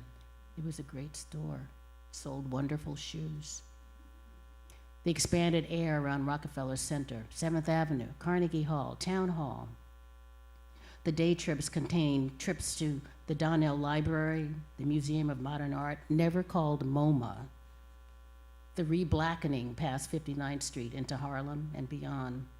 The twister floor plan of racial, musical, economic, and inspirational diversity that shapes the city seemed sharper then, but that's what memory does. If we're lucky and the timing is right, at some point we loosen our grip on the singularity of our own experience as emblematic of the world and embrace the range of what is possible.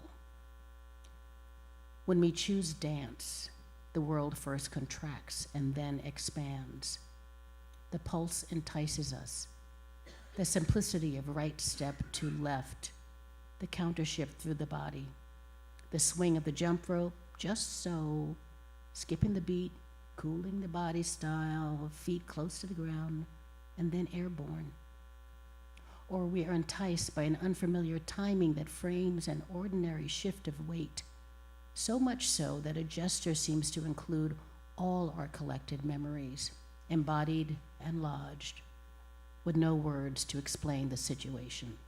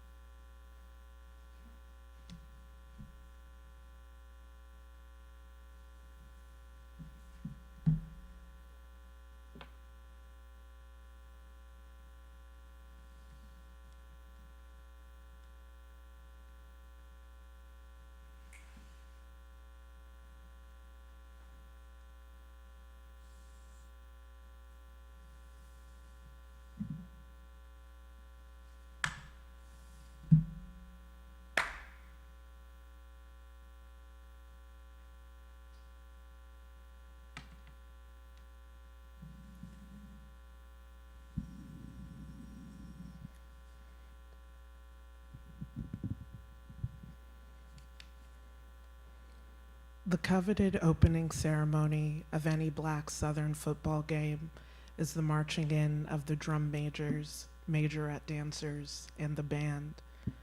The game is played on the field, but the attention is here. The drum majors range in formality. They might don t-shirts and track pants or the full marching band regalia, complete with capes, gloves, spats, boots, and shakos, leading the line with their batons in hand. When the drum majors step onto the field, the stadium comes alive. Their movement is rooted in an open, swinging pelvis, a low center of gravity, and high knees. Drum majors move in dialogue with the main event, the majorette dancers. These predominantly black femme teams perform alongside the marching band at weekly football and basketball games, homecomings, and Battle of the Bands competitions. They emerge in precise lines, led by the captain. They are shrouded in metallics, spandex camisoles, jazz pants, booty shorts, tight leotards with billowing skirts, and detached forearm sleeves and gloves, complemented by nude tights tucked into jazz or character shoes. Hair is a part of the uniform, often silk pressed and bumped into bouncy, layered shoulder-length curls. It can be bought or come straight out of the head. It just needs to swing. Gloss lips part for wide smiles that won't be dropped until the evening is done. The majorettes enter with the strut. Each team's is unique. They may rise onto the balls of their feet or keep them planted on the ground. They may sway their hips with speed or keep their pelvis pointed forward. They may raise their arms above their heads or swing them forward and back parallel to the hips. The details of the strut belong to the captain and dancers. This entrance announces the performance and sets the tone of what's to come. Let me fast forward. Black Southern majorette dancers have codified a particular power, black femme sensuality organized into 8 counts. Within this sensuality is a seductive movement quality and an outward persona that commands attention, leaving you entranced. This sensuality also offers the opportunity for pleasure in oneself. The dancers perform without directing their gaze or attention to any individual. Instead, the dancers are providing audiences with the opportunity to tune in and imagine themselves as the direct recipients of these dances. Their gaze is somehow both external and internal. Dropping, rolling, and coiling, they wrap themselves up in their own sensual journey. These femmes are active decision makers, cultural icons, rigorous creatives, and so much more. They dramatically perform femness, reclaiming an identity that is often exploited or degraded in environments of subjugation. This is an opportunity to imagine gender expression as a bonding agent for a community rather than an individual trait. Majorettes hold femness up to the light and deliberately choose how they will employ it through each count. This is black femmes and their autonomy. This is black femmes and their power. This is black femmes and their radical presence. When the captain moves, the world stops. We want to see more of what they have for us. Black femmes, queer and trans folks, women and birthing people continue to lose opportunities for autonomy. Amid darkening civil landscapes, dance for dance's sake is a necessary somatic release. But I'm reaching a step further, wanting to immerse myself in the profound cultural context of blackness in the Deep South. I do not value our formal governing bodies. I value the rules of majorette practice. Majorette dance is a system for being, its clarity, its history, its affirmation. I am immersed in a contemporary dance field that credits groove to Ohad Naharin, a white Israeli choreographer art-washing the belligerent occupation of Palestine, and Teresa de Kiersmacher's work with her purposefully thin, predominantly white, all-female company Rosas is praised as pioneering complex counts, repetition, and layering. And Trisha Brown, arguably the most significant inspiration behind the continued reliance on a lethargic postmodern white girl aesthetic, is considered innovative for the deliberate use of gesturing and posturing in public space. Contemporary dance thought it was witnessing individual breakthroughs. Meanwhile, the majorette community was hitting all these marks in HBCU football stadiums. I am not an expert at this, but I write about majorettes for the same reason I compulsively watch majorette videos, to try to get it back. Dance first left an impression on me when I witnessed majorettes at my hometown football games. They were the only dancers I knew, and majorette dance is the first form I learned. These black femmes were the captains of all dance. In them, I could see my own black femme body throwing, snapping, rolling, stretching, and posing with such fire. Over the years, I tasted and upheld new forms and styles that removed majorettes from the forefront of my knowledge. I didn't return to that training. I didn't pour into it, roll through it, mark out its edges past the age of 14. I didn't codify it in my body. Instead of continuing my majorette training, led by my 7th grade math teacher, Miss Miller, I learned Ohad, Anne, and Trisha. I took postmodern, contemporary, and ballet classes. I performed and auditioned in these styles. And to do so, I often had to abandon my body, what it once knew, and where it was shaped. It never did, and I forgot where it did.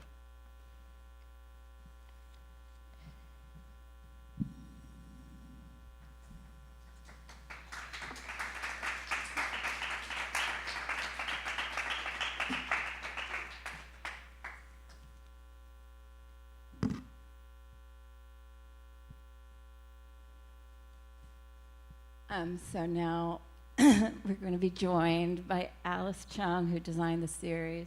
This is my colleague Barbara at Dancing Foxes.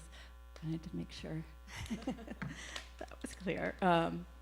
So I wanted to thank you all for this glimpse into the series. And I wanted to just ask a few questions, and then, of course, you all can ask questions too. Annie-B, I wondered if you want to speak a bit about the origin of the series, and then Tommy, maybe you can tell us about what you thought when Annie-B approached you and invited you to join in, and about both of your process of selecting and inviting the contributors. Thanks, Karen. I guess the seed of the project was that sort of two things. One was I read this quote by Terence Hayes, the poet. I was reading a book by him, and he describes an artist looking at history as a person looking through a mirror rather than a historian looking at history as a person looking through a window. And I thought, oh, wow, that's really interesting vis-a-vis dance history, which was something that had always really stuck in my craw. I felt like I wasn't really reading a very comprehensive or layered view of dance history in any way, and really was trying to figure out how would I approach it as an artist. And then I thought, oh, of course, it should be something that a choreographer should talk about, and then maybe 13, and then 12. We got to 12, eventually, choreographers. So it had a prismatic approach. My image, choreographers always have images, was this prism that hung in the Museum of Natural History. When I was little, there was a prism, and there was light hitting it, and it seemed like everything that the world had answers that were uncountable, So I thought maybe we could approach the book as a prism, at which point I called Tommy.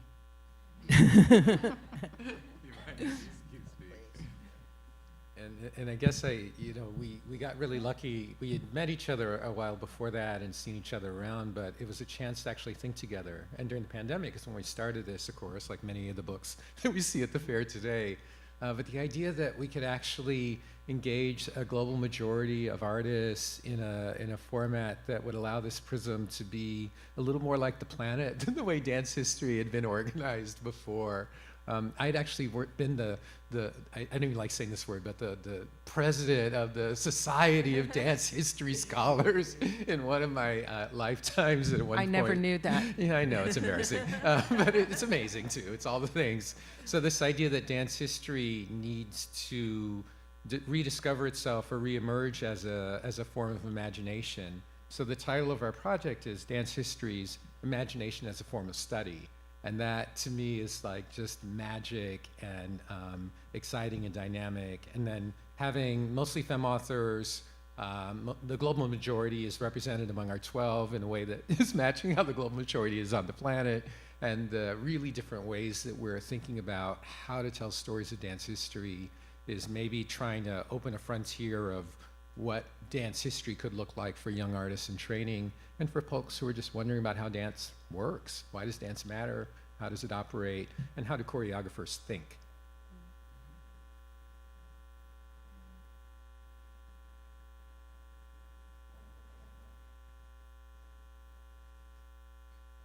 Yeah, maybe Bebe and Ogemdi, it would be interesting to hear from you how you received these invitations and what your process was of like writing your own version of dance history.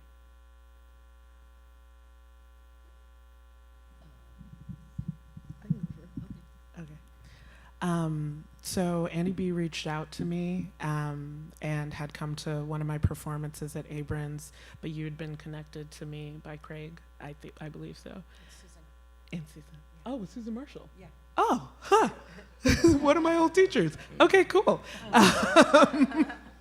So approached me about the idea of the book and told me that Tommy was doing it as well. So I lost it. I thought it was amazing that they were both, first of all, working together and then wanted to include me in things.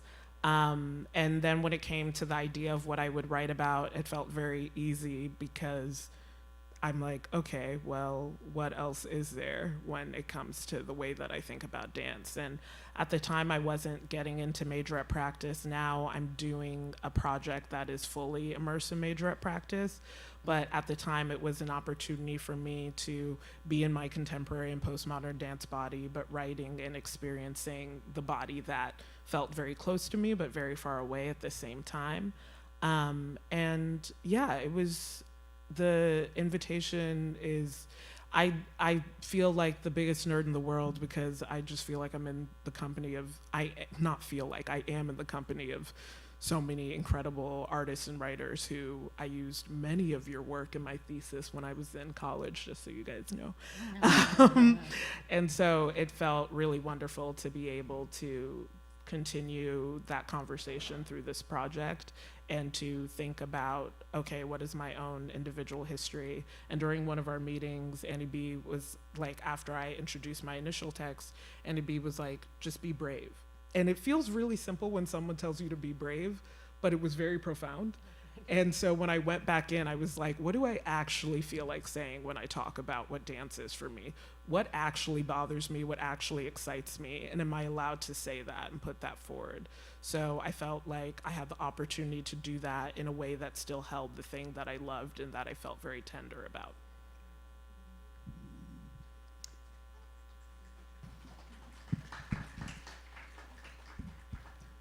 And it's funny, the being brave part and the secondary meeting, because we met a couple of times and talked about it. I wrote to you a couple times, and as I remember that there's that initial like, oh yeah, I got a story to tell, blah blah blah, and then the be brave comes, and for me, I think because I'm at a point in my dancing life where the opportunity, I feel very involved in thinking about the creative practice that I've been doing over time, and very interested in trying to unpack it in a way that I don't necessarily understand, as well as recognizing something of the lineage and line of experience that really has happened. So something about, what did I really do? Is it about the dances being made, or beyond that? How did this all start? Why point in this direction toward movement? And so the opportunity to go back, I think more autobiographically than I had really intended at first, to see that, to figure out like why I move and why it's of interest to me.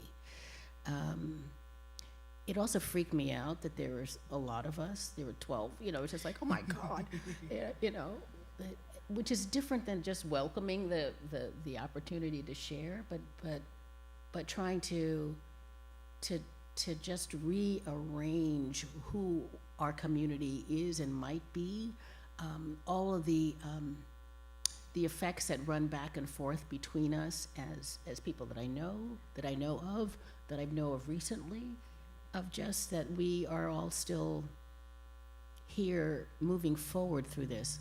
I don't know if that's reaching you, but it's kind of like it's a continual path.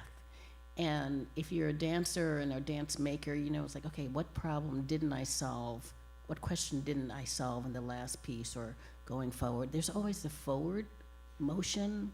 So the opportunity to take stock of what this grounding has really been, has been pretty tremendous. So appreciate it.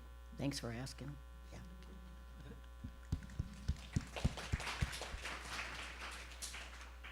Yeah, thank you so much for the beautiful reading, and I think it gives a sense of the different kind of voices that this collection brings together. And I'd like to ask Alice, because how were you able, because I think you were able to bring these different voices together and yet really keep them distinct, and kept their own voices. And I know that some writers were very involved and like sort of choreographed the page.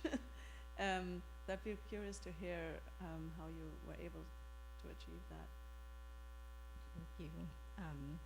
Well, I feel, first of all, very lucky to be part of this project. I mean, it was really incredible to work on all of these books and kind of know all of you just through your writing and words, in addition to occasionally seeing some dance. But I think in just thinking about this as a book project and wanting each book to kind of really express the words that are within it, the content that's within it, yet feel like it's part of a whole, that it's, you know, a kind of continuous piece. I really thought about, you know, this idea of theme and variation and how that kind of plays in music. And, you know, you can have this theme that runs through, but then the variations, you know, can stray further or come back to the piece. And so throughout all the books, they actually use kind of one master set of styles. There are 12 styles throughout. And then as you can see in the book colors, there's a kind of coordinated palette. But within each book, there maybe are 3 or 4 of those styles. And so to pull from this overall master palette, we were able to create kind of difference and individuality in a kind of poetic way. I think the other thing is that this might get a little technical, but the underlying grid for the books also is the same throughout, but the way that it's used, it's almost like you have this rhythm, but then you can have different syncopations within the piece. And so it kind of holds everything together, but there's this individual expression. So hopefully that comes through in the piece.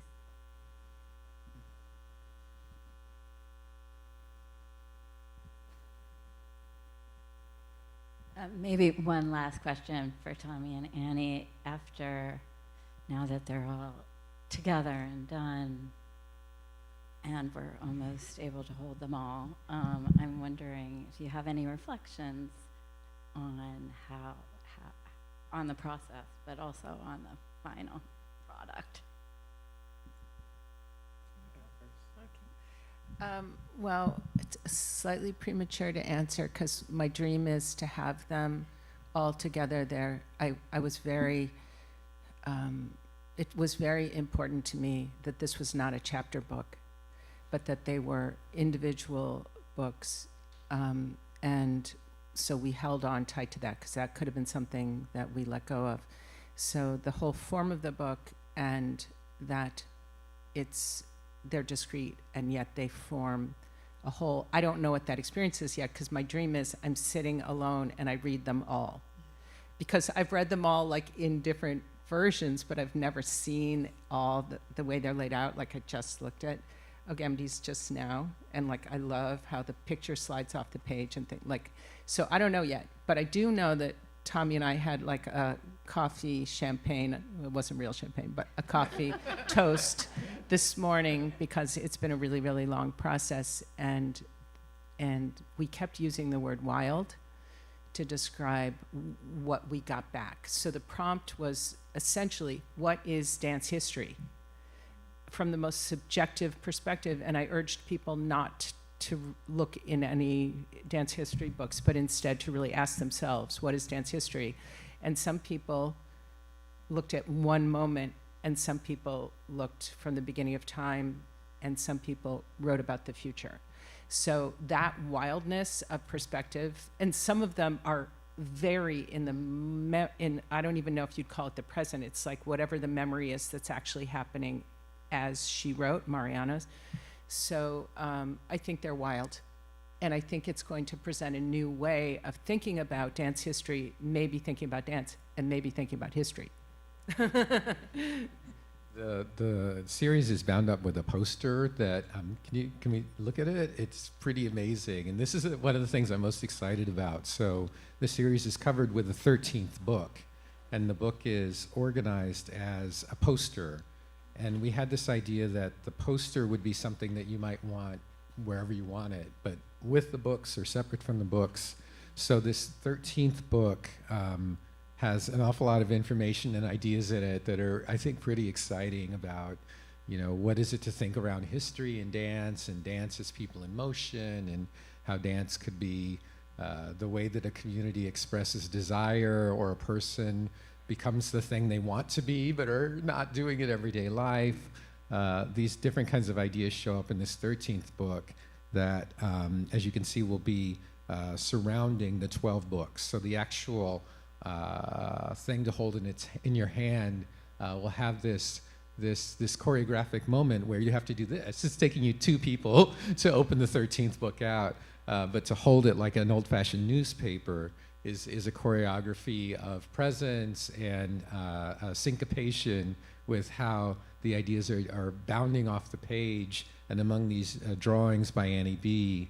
And so, yeah, I really feel as though this has the potential to just help us rethink how we want to be in relationship to history. I still teach these things. I don't teach dance history anymore, and I'm working on a critical studies sort of module for a big important conservatory now, and there's a lot of like shifting happening now, like what else could it be? So I feel as though we're trying to offer some answers that are entirely inconclusive and stumbly and awkward, and to use Annie-B's word, wild, and hopefully, it'll encourage us to do better.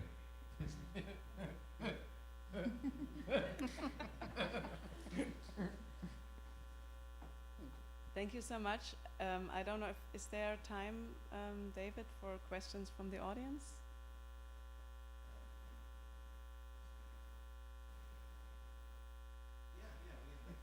Like a couple?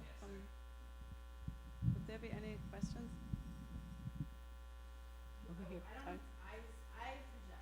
Okay. I would just be curious to know how the editing process was, or how you all went about that between all the folks involved, like I mean, it's a quick, writers and then yeah. two of you guys, and then also with Dancing Foxes. It's a quick answer, actually, because Tommy and I just decided right away that we would divide the list of the authors in half, and we would each take half of the first drafts. And we didn't have any rhyme or reason of how we divided. It was more based on our time, I think.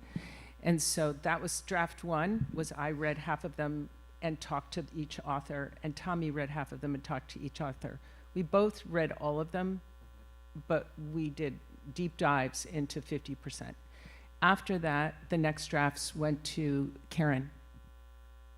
And we went back and forth with Karen sometimes, and you can pick it up from there, but not all the time. Yeah, I mean, I guess it was again another set of conversations. It was amazing, I have to say, working with choreographers. You never know when you're working with artists, because I've worked with a lot of artists on text also, and this group of people are writers. So it was a beautiful thing. Also, to sort of see this this poetry kind of jump off the page. So it was a lot of dialogue, some more than others, and it was interesting because, you know, some writers got the text came out immediately, I think, and then toward the end, the panic happened, and so there was a lot of editing toward the end and some, but it just was really diverse experience also with each writer. But I have to say that was oh, that's true. Javier Stelfarska's book is half in mirrored writing, so that's really fun to proofread.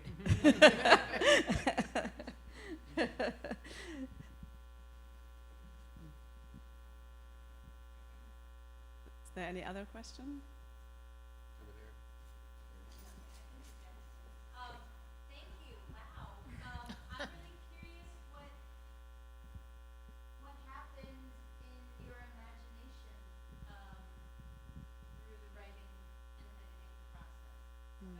You've all gestured toward that in different ways, but I'm so moved by the title and the project, and I'm curious about what effect it had on you.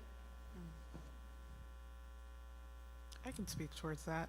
Until I wrote this, I didn't think that I could make the project that I'm working on now, where I actually have started a majorette team with a bunch of incredible Black femmes.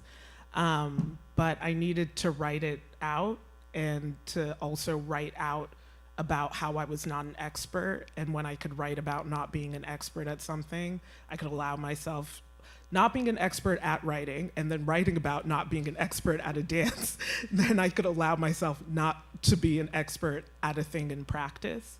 And so it also gave me language to start talking about the project and proposing it and shaping it to people that I wanted to invite in, and the way that it just gave me this whole outline that then has now like come into actual practice.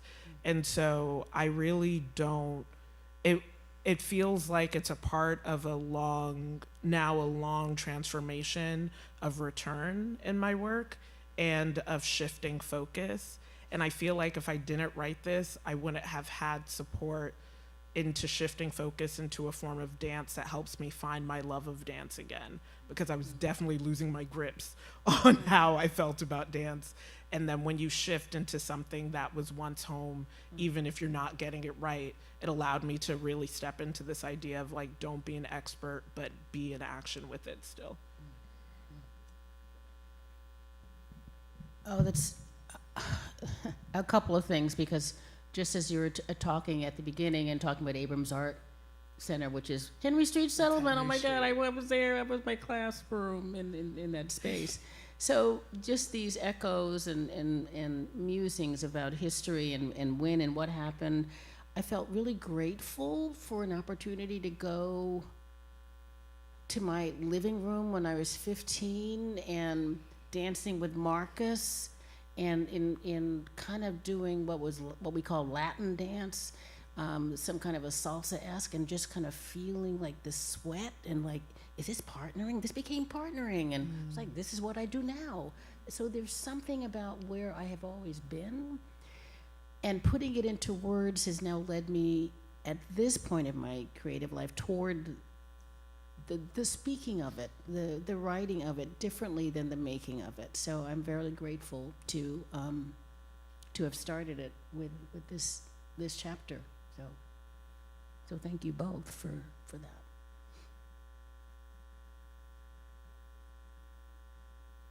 You have a question. You've been having a question. Yes. Me? Yes. I'm just here to hand the microphone to people. Oh, never mind. You're doing great. Doing great. Thank you. I think it's probably also time to. Can I say one thing?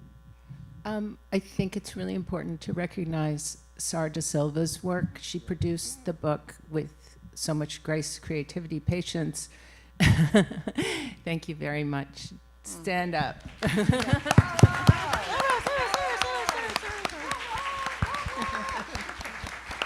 It was obviously a very complicated task, so thanks a lot. Thank you. Yeah. Thank you everyone so much. The book is, so it's printed, but it's still being folded. So we have a few copies thanks to Alice. You can stitch it if you want to just get a sense of them. But otherwise, we'll make an announcement. Pre-order.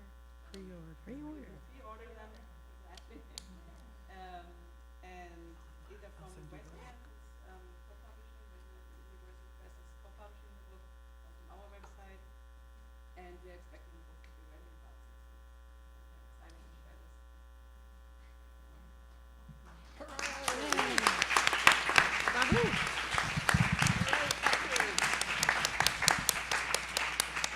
Do we just start? Sí, me ha dicho David Senior que empecemos con Arcana. Entonces yo te organizo la cosa. Ya digo, hola. ¿Sí? ¿Ya? ¿Has estado bien? No digo que no te estaba insinuando que te tenías que sentar. ¿Y eso es?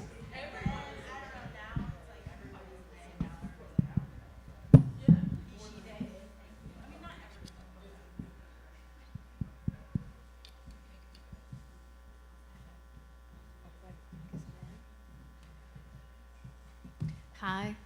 Thank you all for being here in the last session of this New York Art Book Fair 2024 classroom. My name is Eva. I am from Calipso Press, a risograph studio and publishing house. We used to be based in Cali, in Colombia, but we now live in New York. And this is Martha Naranjo Sandoval. She's an amazing photographer. I am honored to have printed her last book, which we are soft launching it right now here. It's called Flowering Boon. And well, Martha is a photographer, videographer, filmmaker, and an amazing person. And I'm gonna let you talk a little bit more about yourself. Yeah. So like Eva said, I'm maybe too many things. And I guess I'm gonna start talking about how I came into photography. So the first memory I have of like my interacting with photography is through the pictures that my dad took of me as a kid. So when I was born, I was the first one. And my dad bought this very nice like SLR camera. At the time, of course, it was analog. And also like a book that was like step-by-step guide to photography.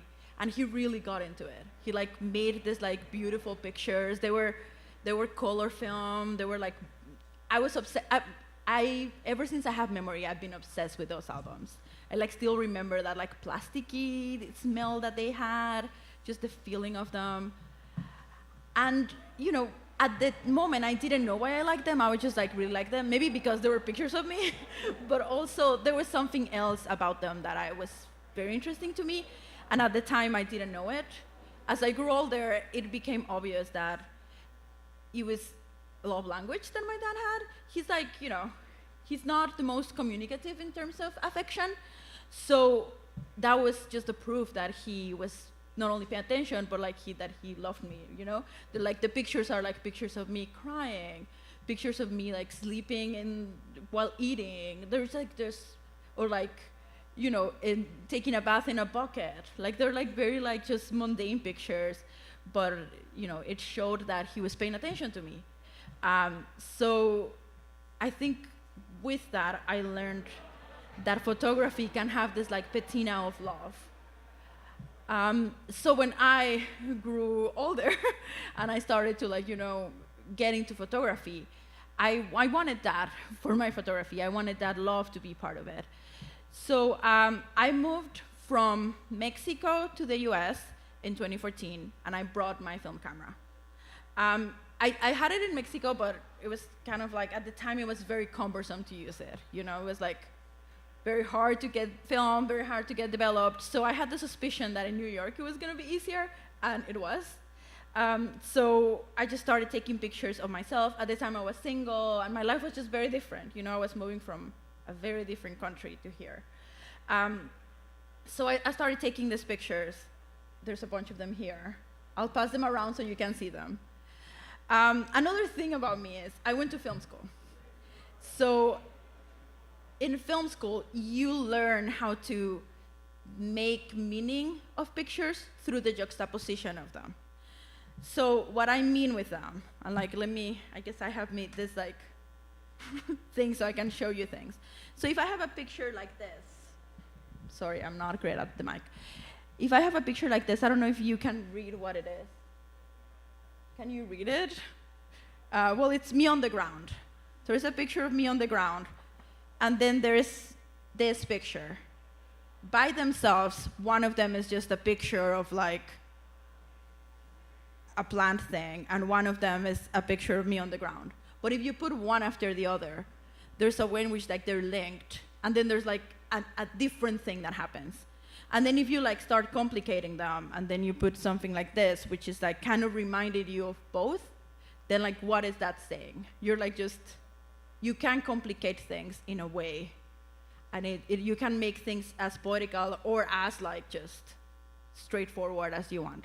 There's like this thing that's like called Kuleshov effect, which is if you put two images together, every person will like draw some conclusion of them.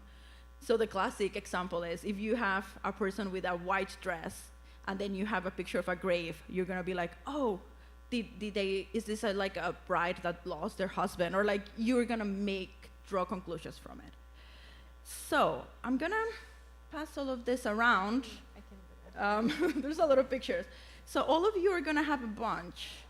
And what I'm proposing is that we all just sequence a quick book all together. All right, so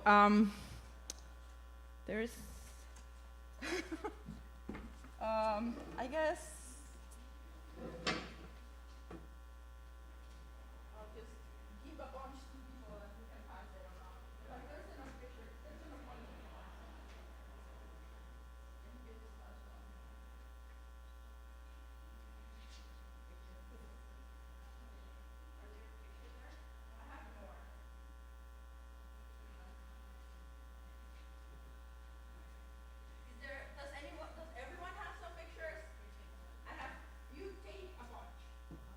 A lot of pictures. A lot of them.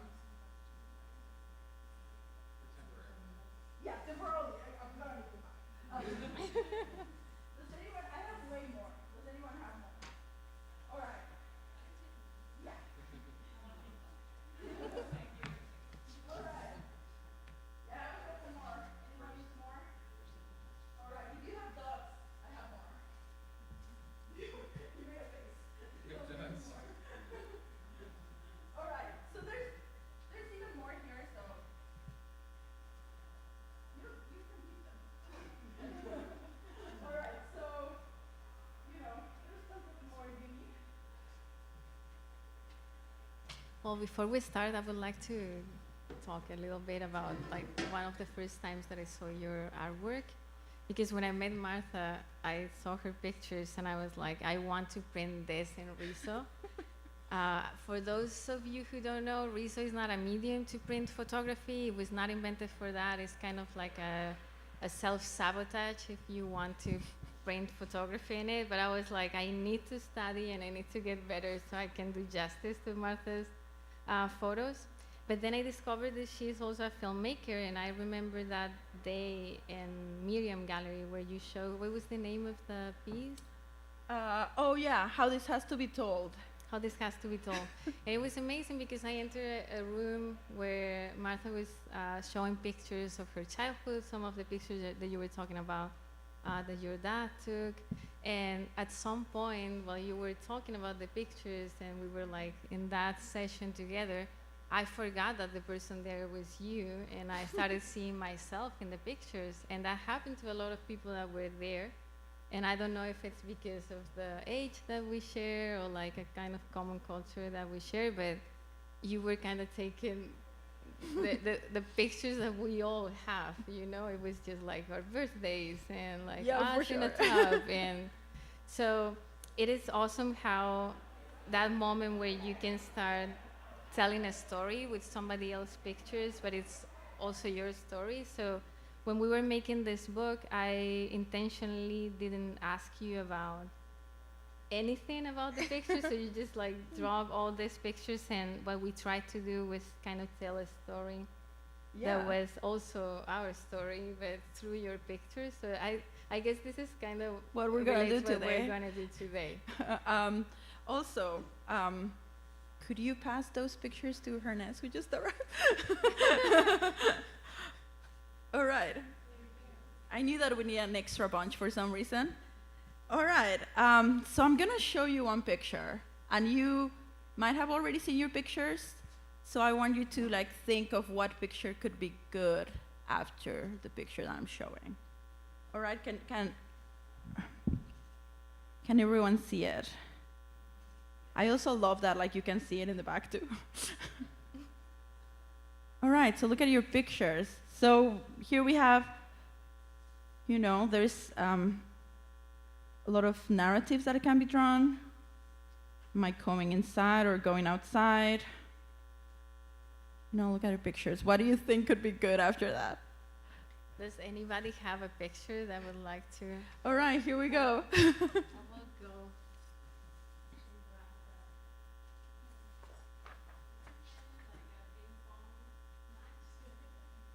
All right. Well, I guess we have two things. All right. So, why do you think this picture could be good? I mean, I can't tell. So it's someone going in the bushes and then someone going out of the bushes. All right, I'll allow it. That makes sense. Oh. All right, I like that. I like that. But you know, there's still, I see it. So what we have right now, we have this picture, and then we go in here. There's something nice that's happening physically here, where there's kind of like an imaginary bush in here now, where like this person could even beat this person, because like you're seeing like one side and the other. So, you know, just so everyone know that that's happening. Now, what picture could be good besides this one?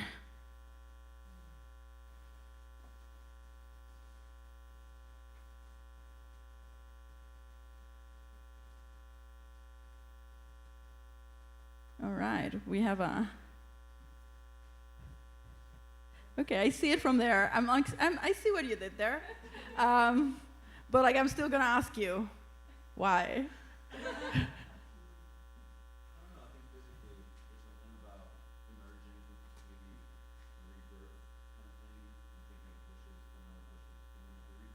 Yeah, no, you know, not to be crass, but there's bushes and some legs.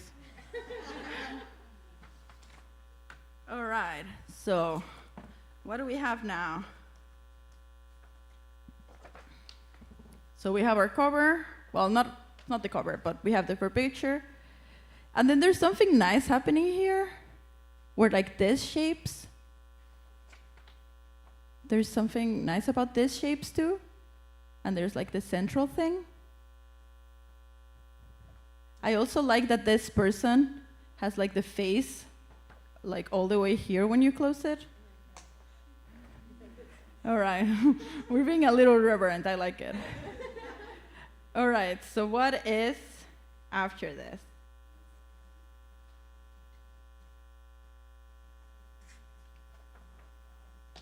All right, here we go. All right. All right, we're fully in it. I guess it's on me for like taking so much genital pictures.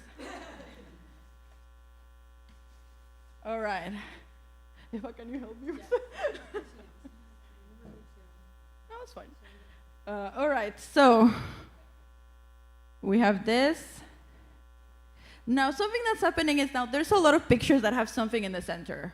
So let's get a little bit out of the center. Yeah, something like this, like breaks a little bit what we're doing. All right.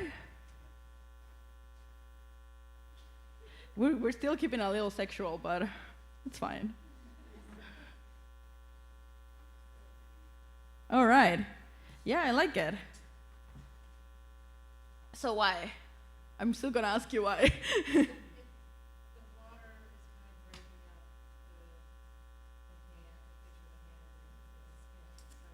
Oh yeah, I like that, yeah.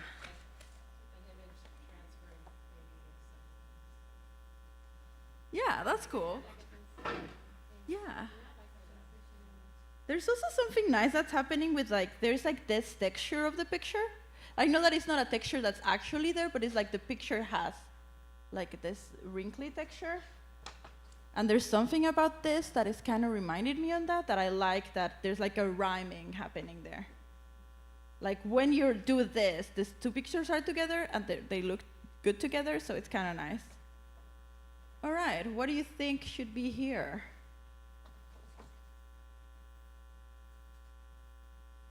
So I guess I'll show you where we're coming from.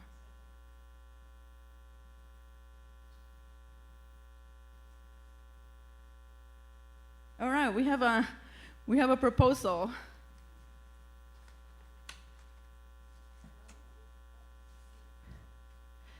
All right. Oh, I like this. So why?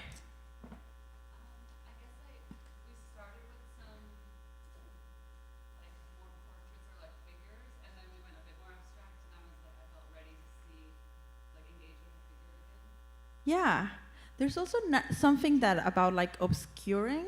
You know, we're going from hand to hand, but there's also something about like the obscuring, kind of like he's looking at something that we don't know, that's like blinding, that is evocative. So I guess what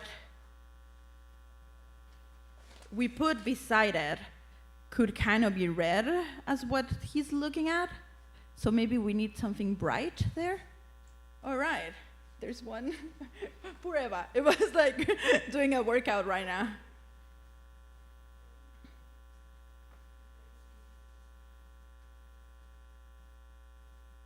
All right, so we have two candidates. Oh no. Oh, Eva wants to do two pictures at the same time. Wow. All right, so we have this too. All right, we have this too. All right, I think that should be this one and then this one on the other side. All right, do you agree with me? All right, let's do it. So we have this two, and there's something nice about this two being together. You know, he is seeing, presumably at the person that's taking the picture. So there's something nice about that. And then in this one, in the next one, there's also something that's happening where there's a light that's like also pointing at them, and they're also looking back at the camera. So it's almost as if we're like zooming out. So let me show you how that looks.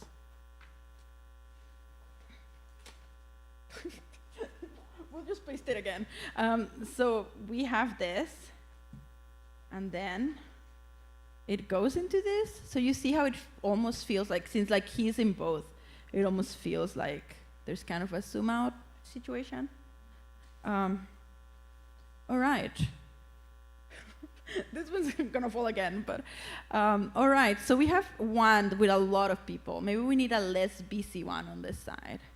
All right.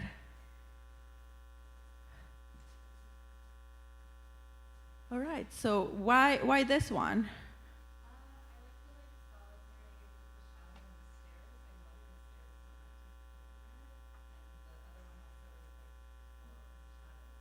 Yeah.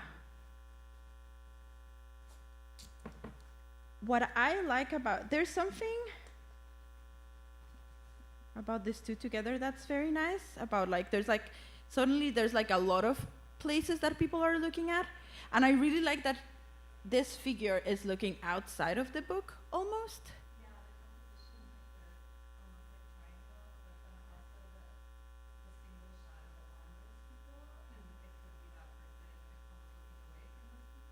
Yeah, there's like a shadow play that's happening that is very exciting. All right, so something that's gonna happen is because this person's looking outside, what we have on the other side could be read at what this person's looking at.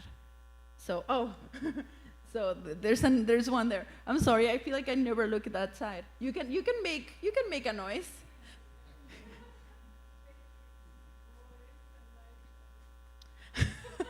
All right, so this is the one. All right, so let's go. I think this actually should maybe replace this one. Instead of being behind it, should replace it. All right. We can leave it blank. Let's leave it blank.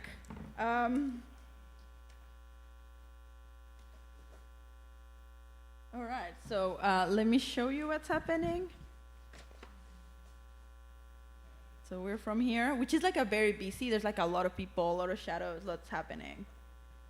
And then this one, which is a break. It's very simple, there's not a lot happening. All right, so now that we had a break, we're ready for something to happen.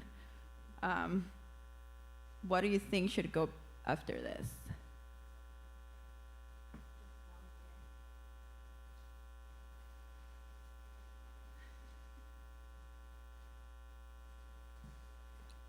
All right. All right, so why do you think this should be here?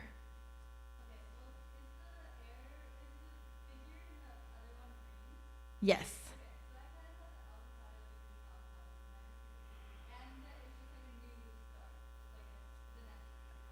I think it makes sense. The other one's bare enough that we can like reset it. I'll allow it. All right. All right. So here there's like a setup for two. Someone's in the middle of doing something, and it's a setup for two. We're gonna put it right beside here. Oh my, already there's one.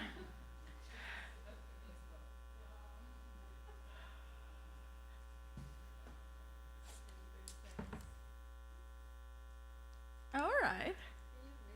Can you see what's happening? It's like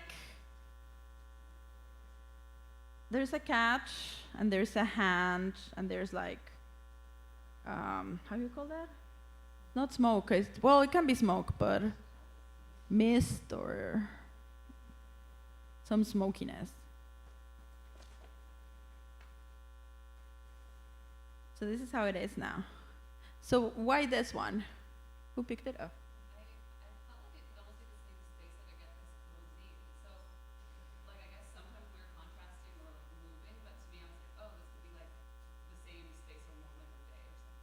Yeah, there's also something nice that's happening.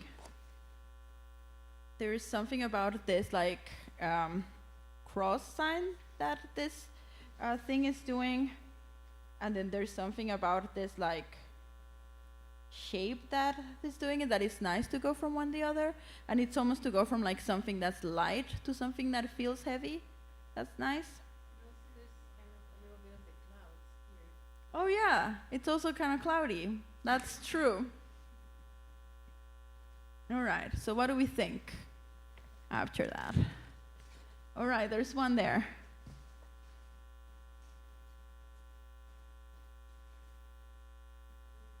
All right, so why do you think this one? Can you guys read it? It is kind of hard to read, but it's two people giving each other a kiss. They're like out of focus, and then the window behind that has like some like rain is in focus, and it's very red. All right, let's see what it looks like. What I like about it, where it is that we have a meal for two, and then we have a kiss. So there's like some romance happening. Maybe they're the same people that are sharing a meal, they're also kissing. Perhaps. I think this one should go alone. It's like so heavy. Let's also leave it alone. All right, so from the kiss, where do we go? Do we want to go keep the romance, or we just want to do something like the opposite? Oh yeah, this is the, Eva's right. This is the centerfold. Centerfolds are important. They're like, usually like books like want to open to that on their own. So we should think of one. All right, let's do let's see what a triptych looks like. I'm sorry, Eva. Thank you, Eva.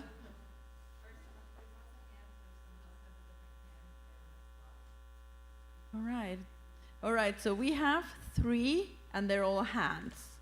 Let's see. Oh, you have a better hand one?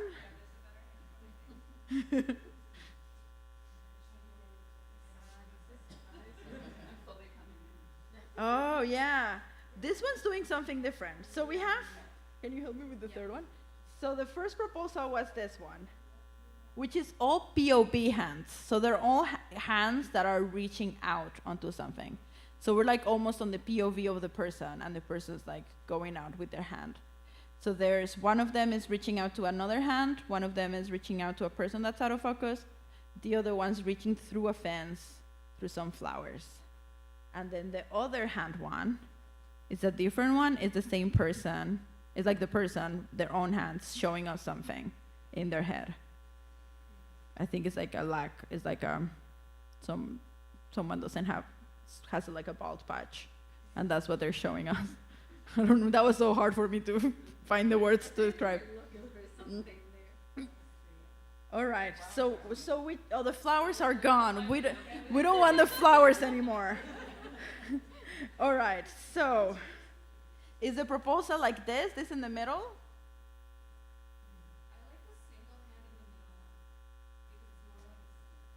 Is this the single hand? Yeah. Oh, okay. Oh, yeah, single hand. I hate it. I hear you. Sorry, it's been a long week. All right. Interesting. Yeah.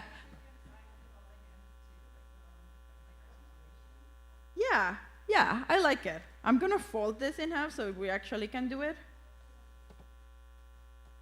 All right, so this is literally very heavy-handed, so let's do like something less that in the next one.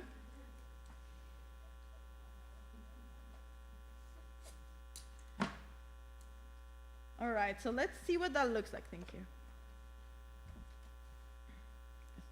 So we are kiss, and then our hand triptych. All right, we're getting like more complicated with layout. I like it. So what should go after hands? All right.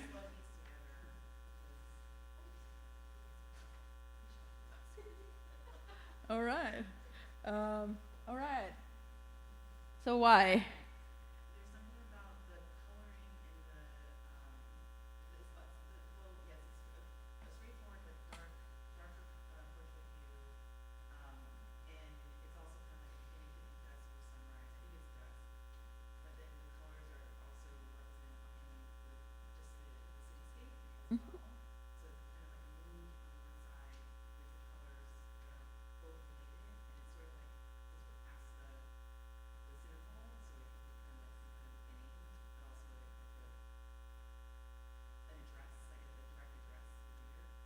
Yeah, I like it. And also, I think it's true that it's the first time that we have like more of like a frontal, someone addressing the camera. And it's nice to have it after hands, because there's something about that feeling like the other side of the camera.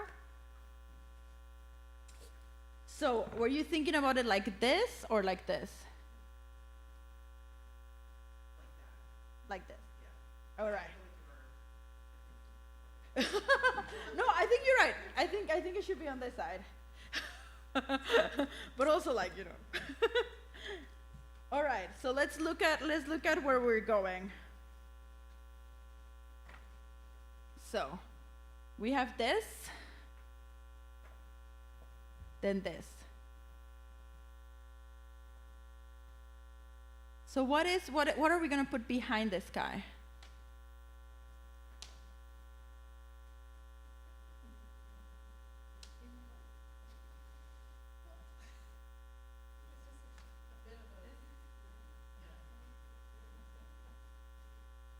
All right, there's like a lot of them. We're gonna pin you guys against each other. Who's gonna win?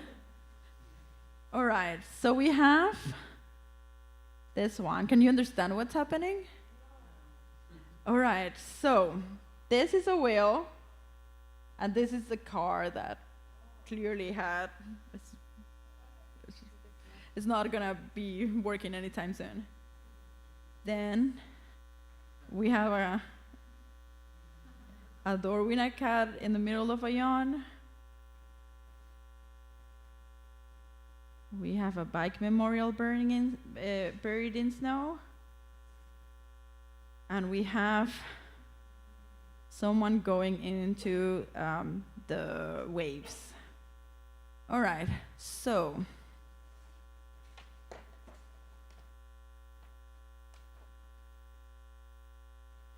All right, what do we think about this two together?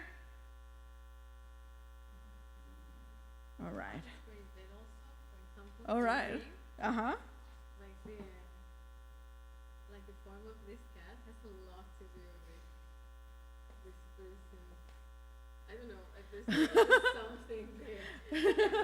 All right, so Eva thinks that the cat and this should be related. I see that. All right, so let's if we put this, I'm gonna paste it. So if we put this here, at some point, we're gonna see these two together when we're flipping. So there's something nice where like they will have like some sort of relationship. What are we putting next to the cat? I don't think any of the, well, actually, maybe this one works next to the cat now when I think of it. So this car, there's something about like, there's a hole opening in the cat, and then there's like a cat yawning, so there's like something about like, there's like a hole in there. All right, but then I think from there, maybe we should go to this too then.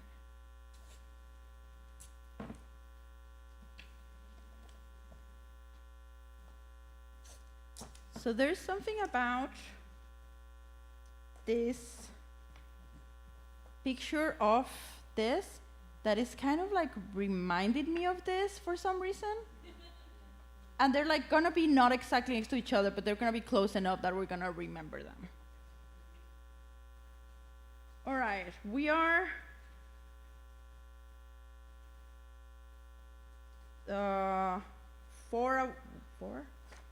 sorry. We're 4 away from the end, so we should like start thinking about that. All right, what do we think after this? There's one here.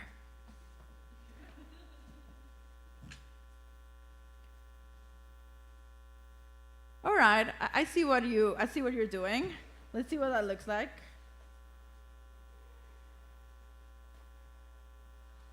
So, instead of putting it here, I'm gonna put it, yeah. Sorry, I was just thinking about where's the best place. So, where we have it now, there's this picture that's being replaced by this. They're maybe a little too similar, but they're like one of them is snow and one of them is water. So there's something nice about that. Ah, all right. So we're back to vaginas. I like that.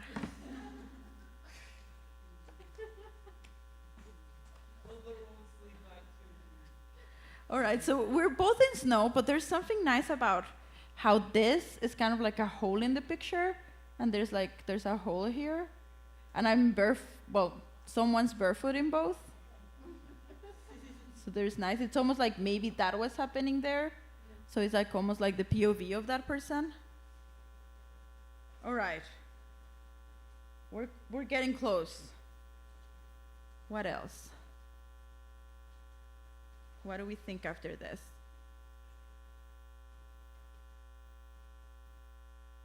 We're cold. So maybe we can put something warm.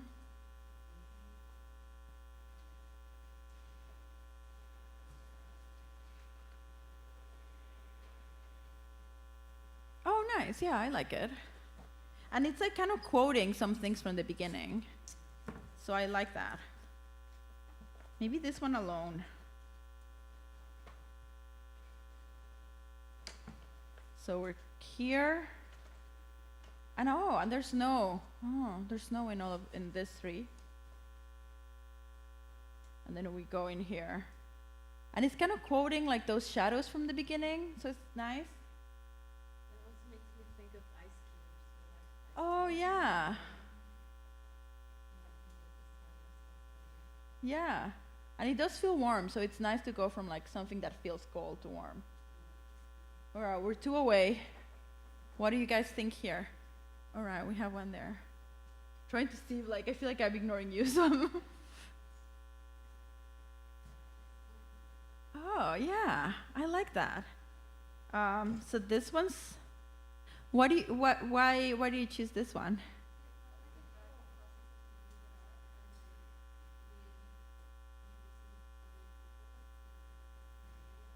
Yeah. So because this is a very much like a portrait, we can go one of two ways. We can go to something that's like very quiet, and then that way you like really concentrate on the portrait, or we can go to like another portrait, and then we're like in a portrait zone. There's one more.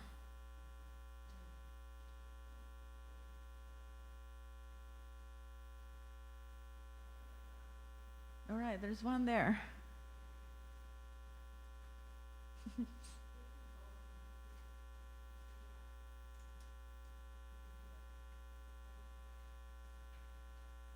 All right, let's see what we have here. All right, so there's 2 portraits. Interesting. I mean, there's like things about both. This, like, it's like a similar light. It's also on a bed, but it's like a very different. It's like a very different point of view. So there's something like almost like a yin and a yang that's happening. That's nice. And then this one, sorry. And then this other one maybe is like, all right, I'll know what I'll do. So let's put this one beside it.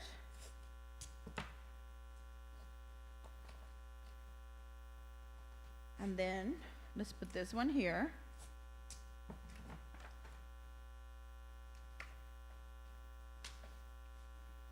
All right, so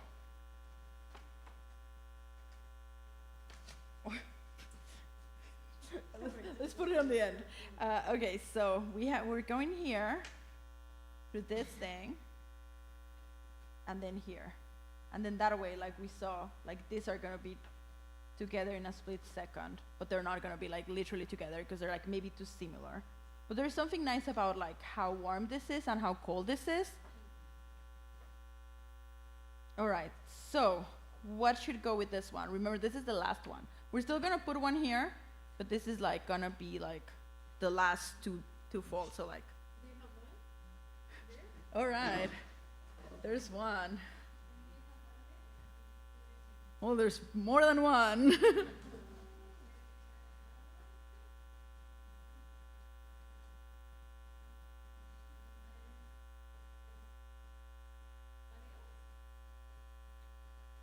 right, everyone's putting in a proposal. There's another one. Wow, there's two of them that are about death. Interesting. So there's a death bird, someone looking away,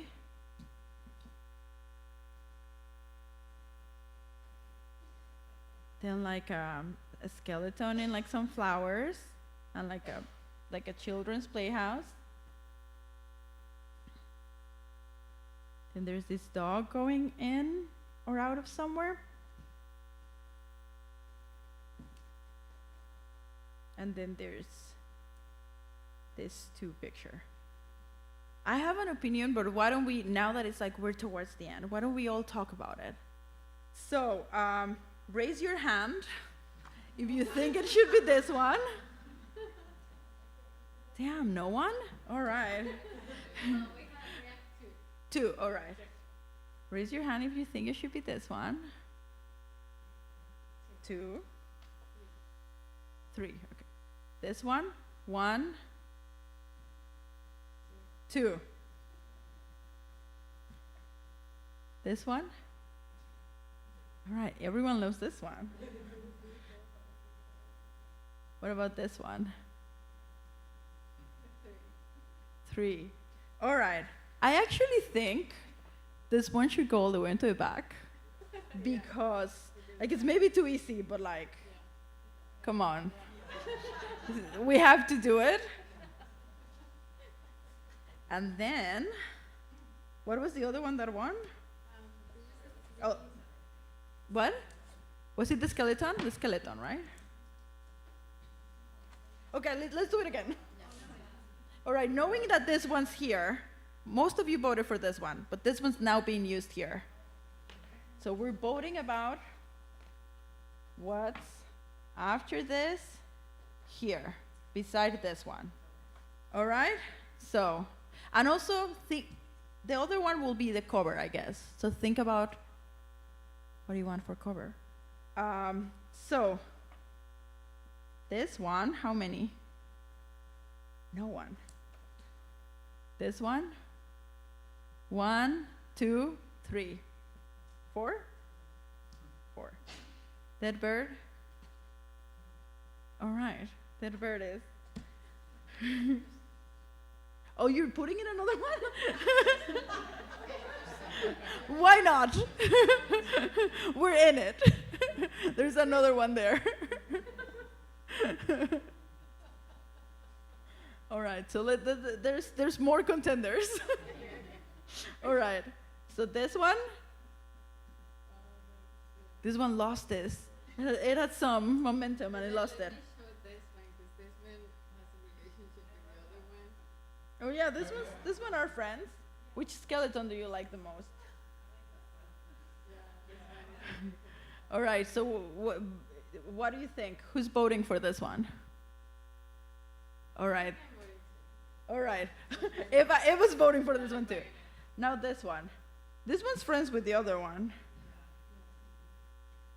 All right. All right. So I lost track of what's happening. But I think, well, let's look at what they actually look like together. All right. So this one and this one. Kind of think this should be the cover. Yeah, that's kind of. All right. So then this one. What do you think about having this and the other one for the cover? Is that too much? 2 for the cover? Well, we can be the back cover. Having this one here and then the cover kind of referencing this, would it be too much? What would you think? I'm an honest question. I don't know what you're saying. If you have that one for the cover, and then you put this one here, do you think that would be too many? No, I mean too many skeletons. No, I mean you already have one. What's it's fine having more than 2. But do we like this two together? Really. Yeah, that's. I think it's a dead bird. Yeah. What do you guys think? Yeah, it is a dead bird.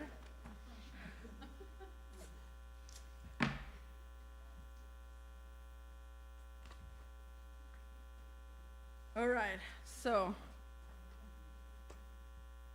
Do we like it?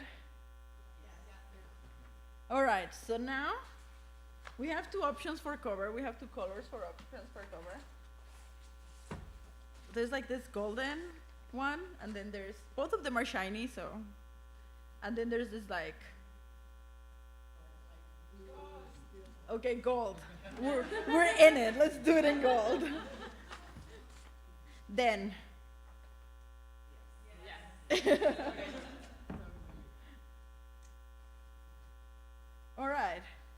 All right, so let's look at what we did. Oh yeah, back cover.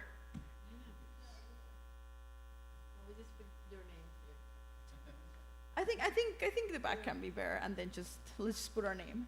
All right. No, I'm sorry. All right, let's do it again.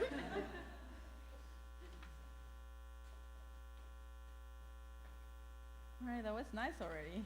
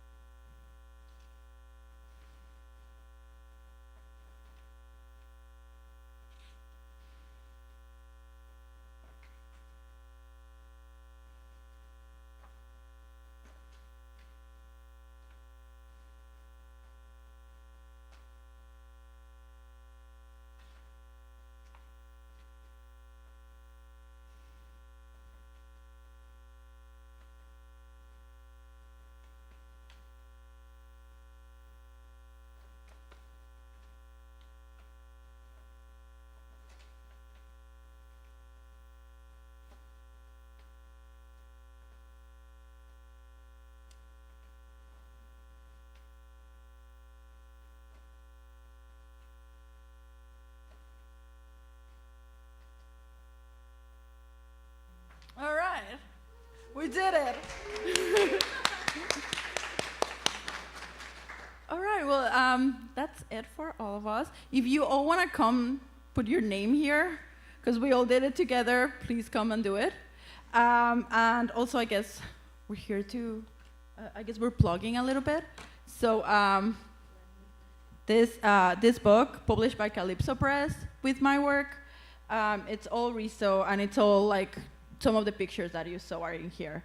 I'm also going to have a show opening May 1st at Baxter Street. So come check it out. Next Wednesday. Wednesday 1st, May 1st, next Wednesday. So come hang out. And yeah. Yeah, you can come and see the book. Oh yeah, the book. We're going to have it here. Yeah. All right. Well, thank you. Thank you. Oh, also, please return the pictures here.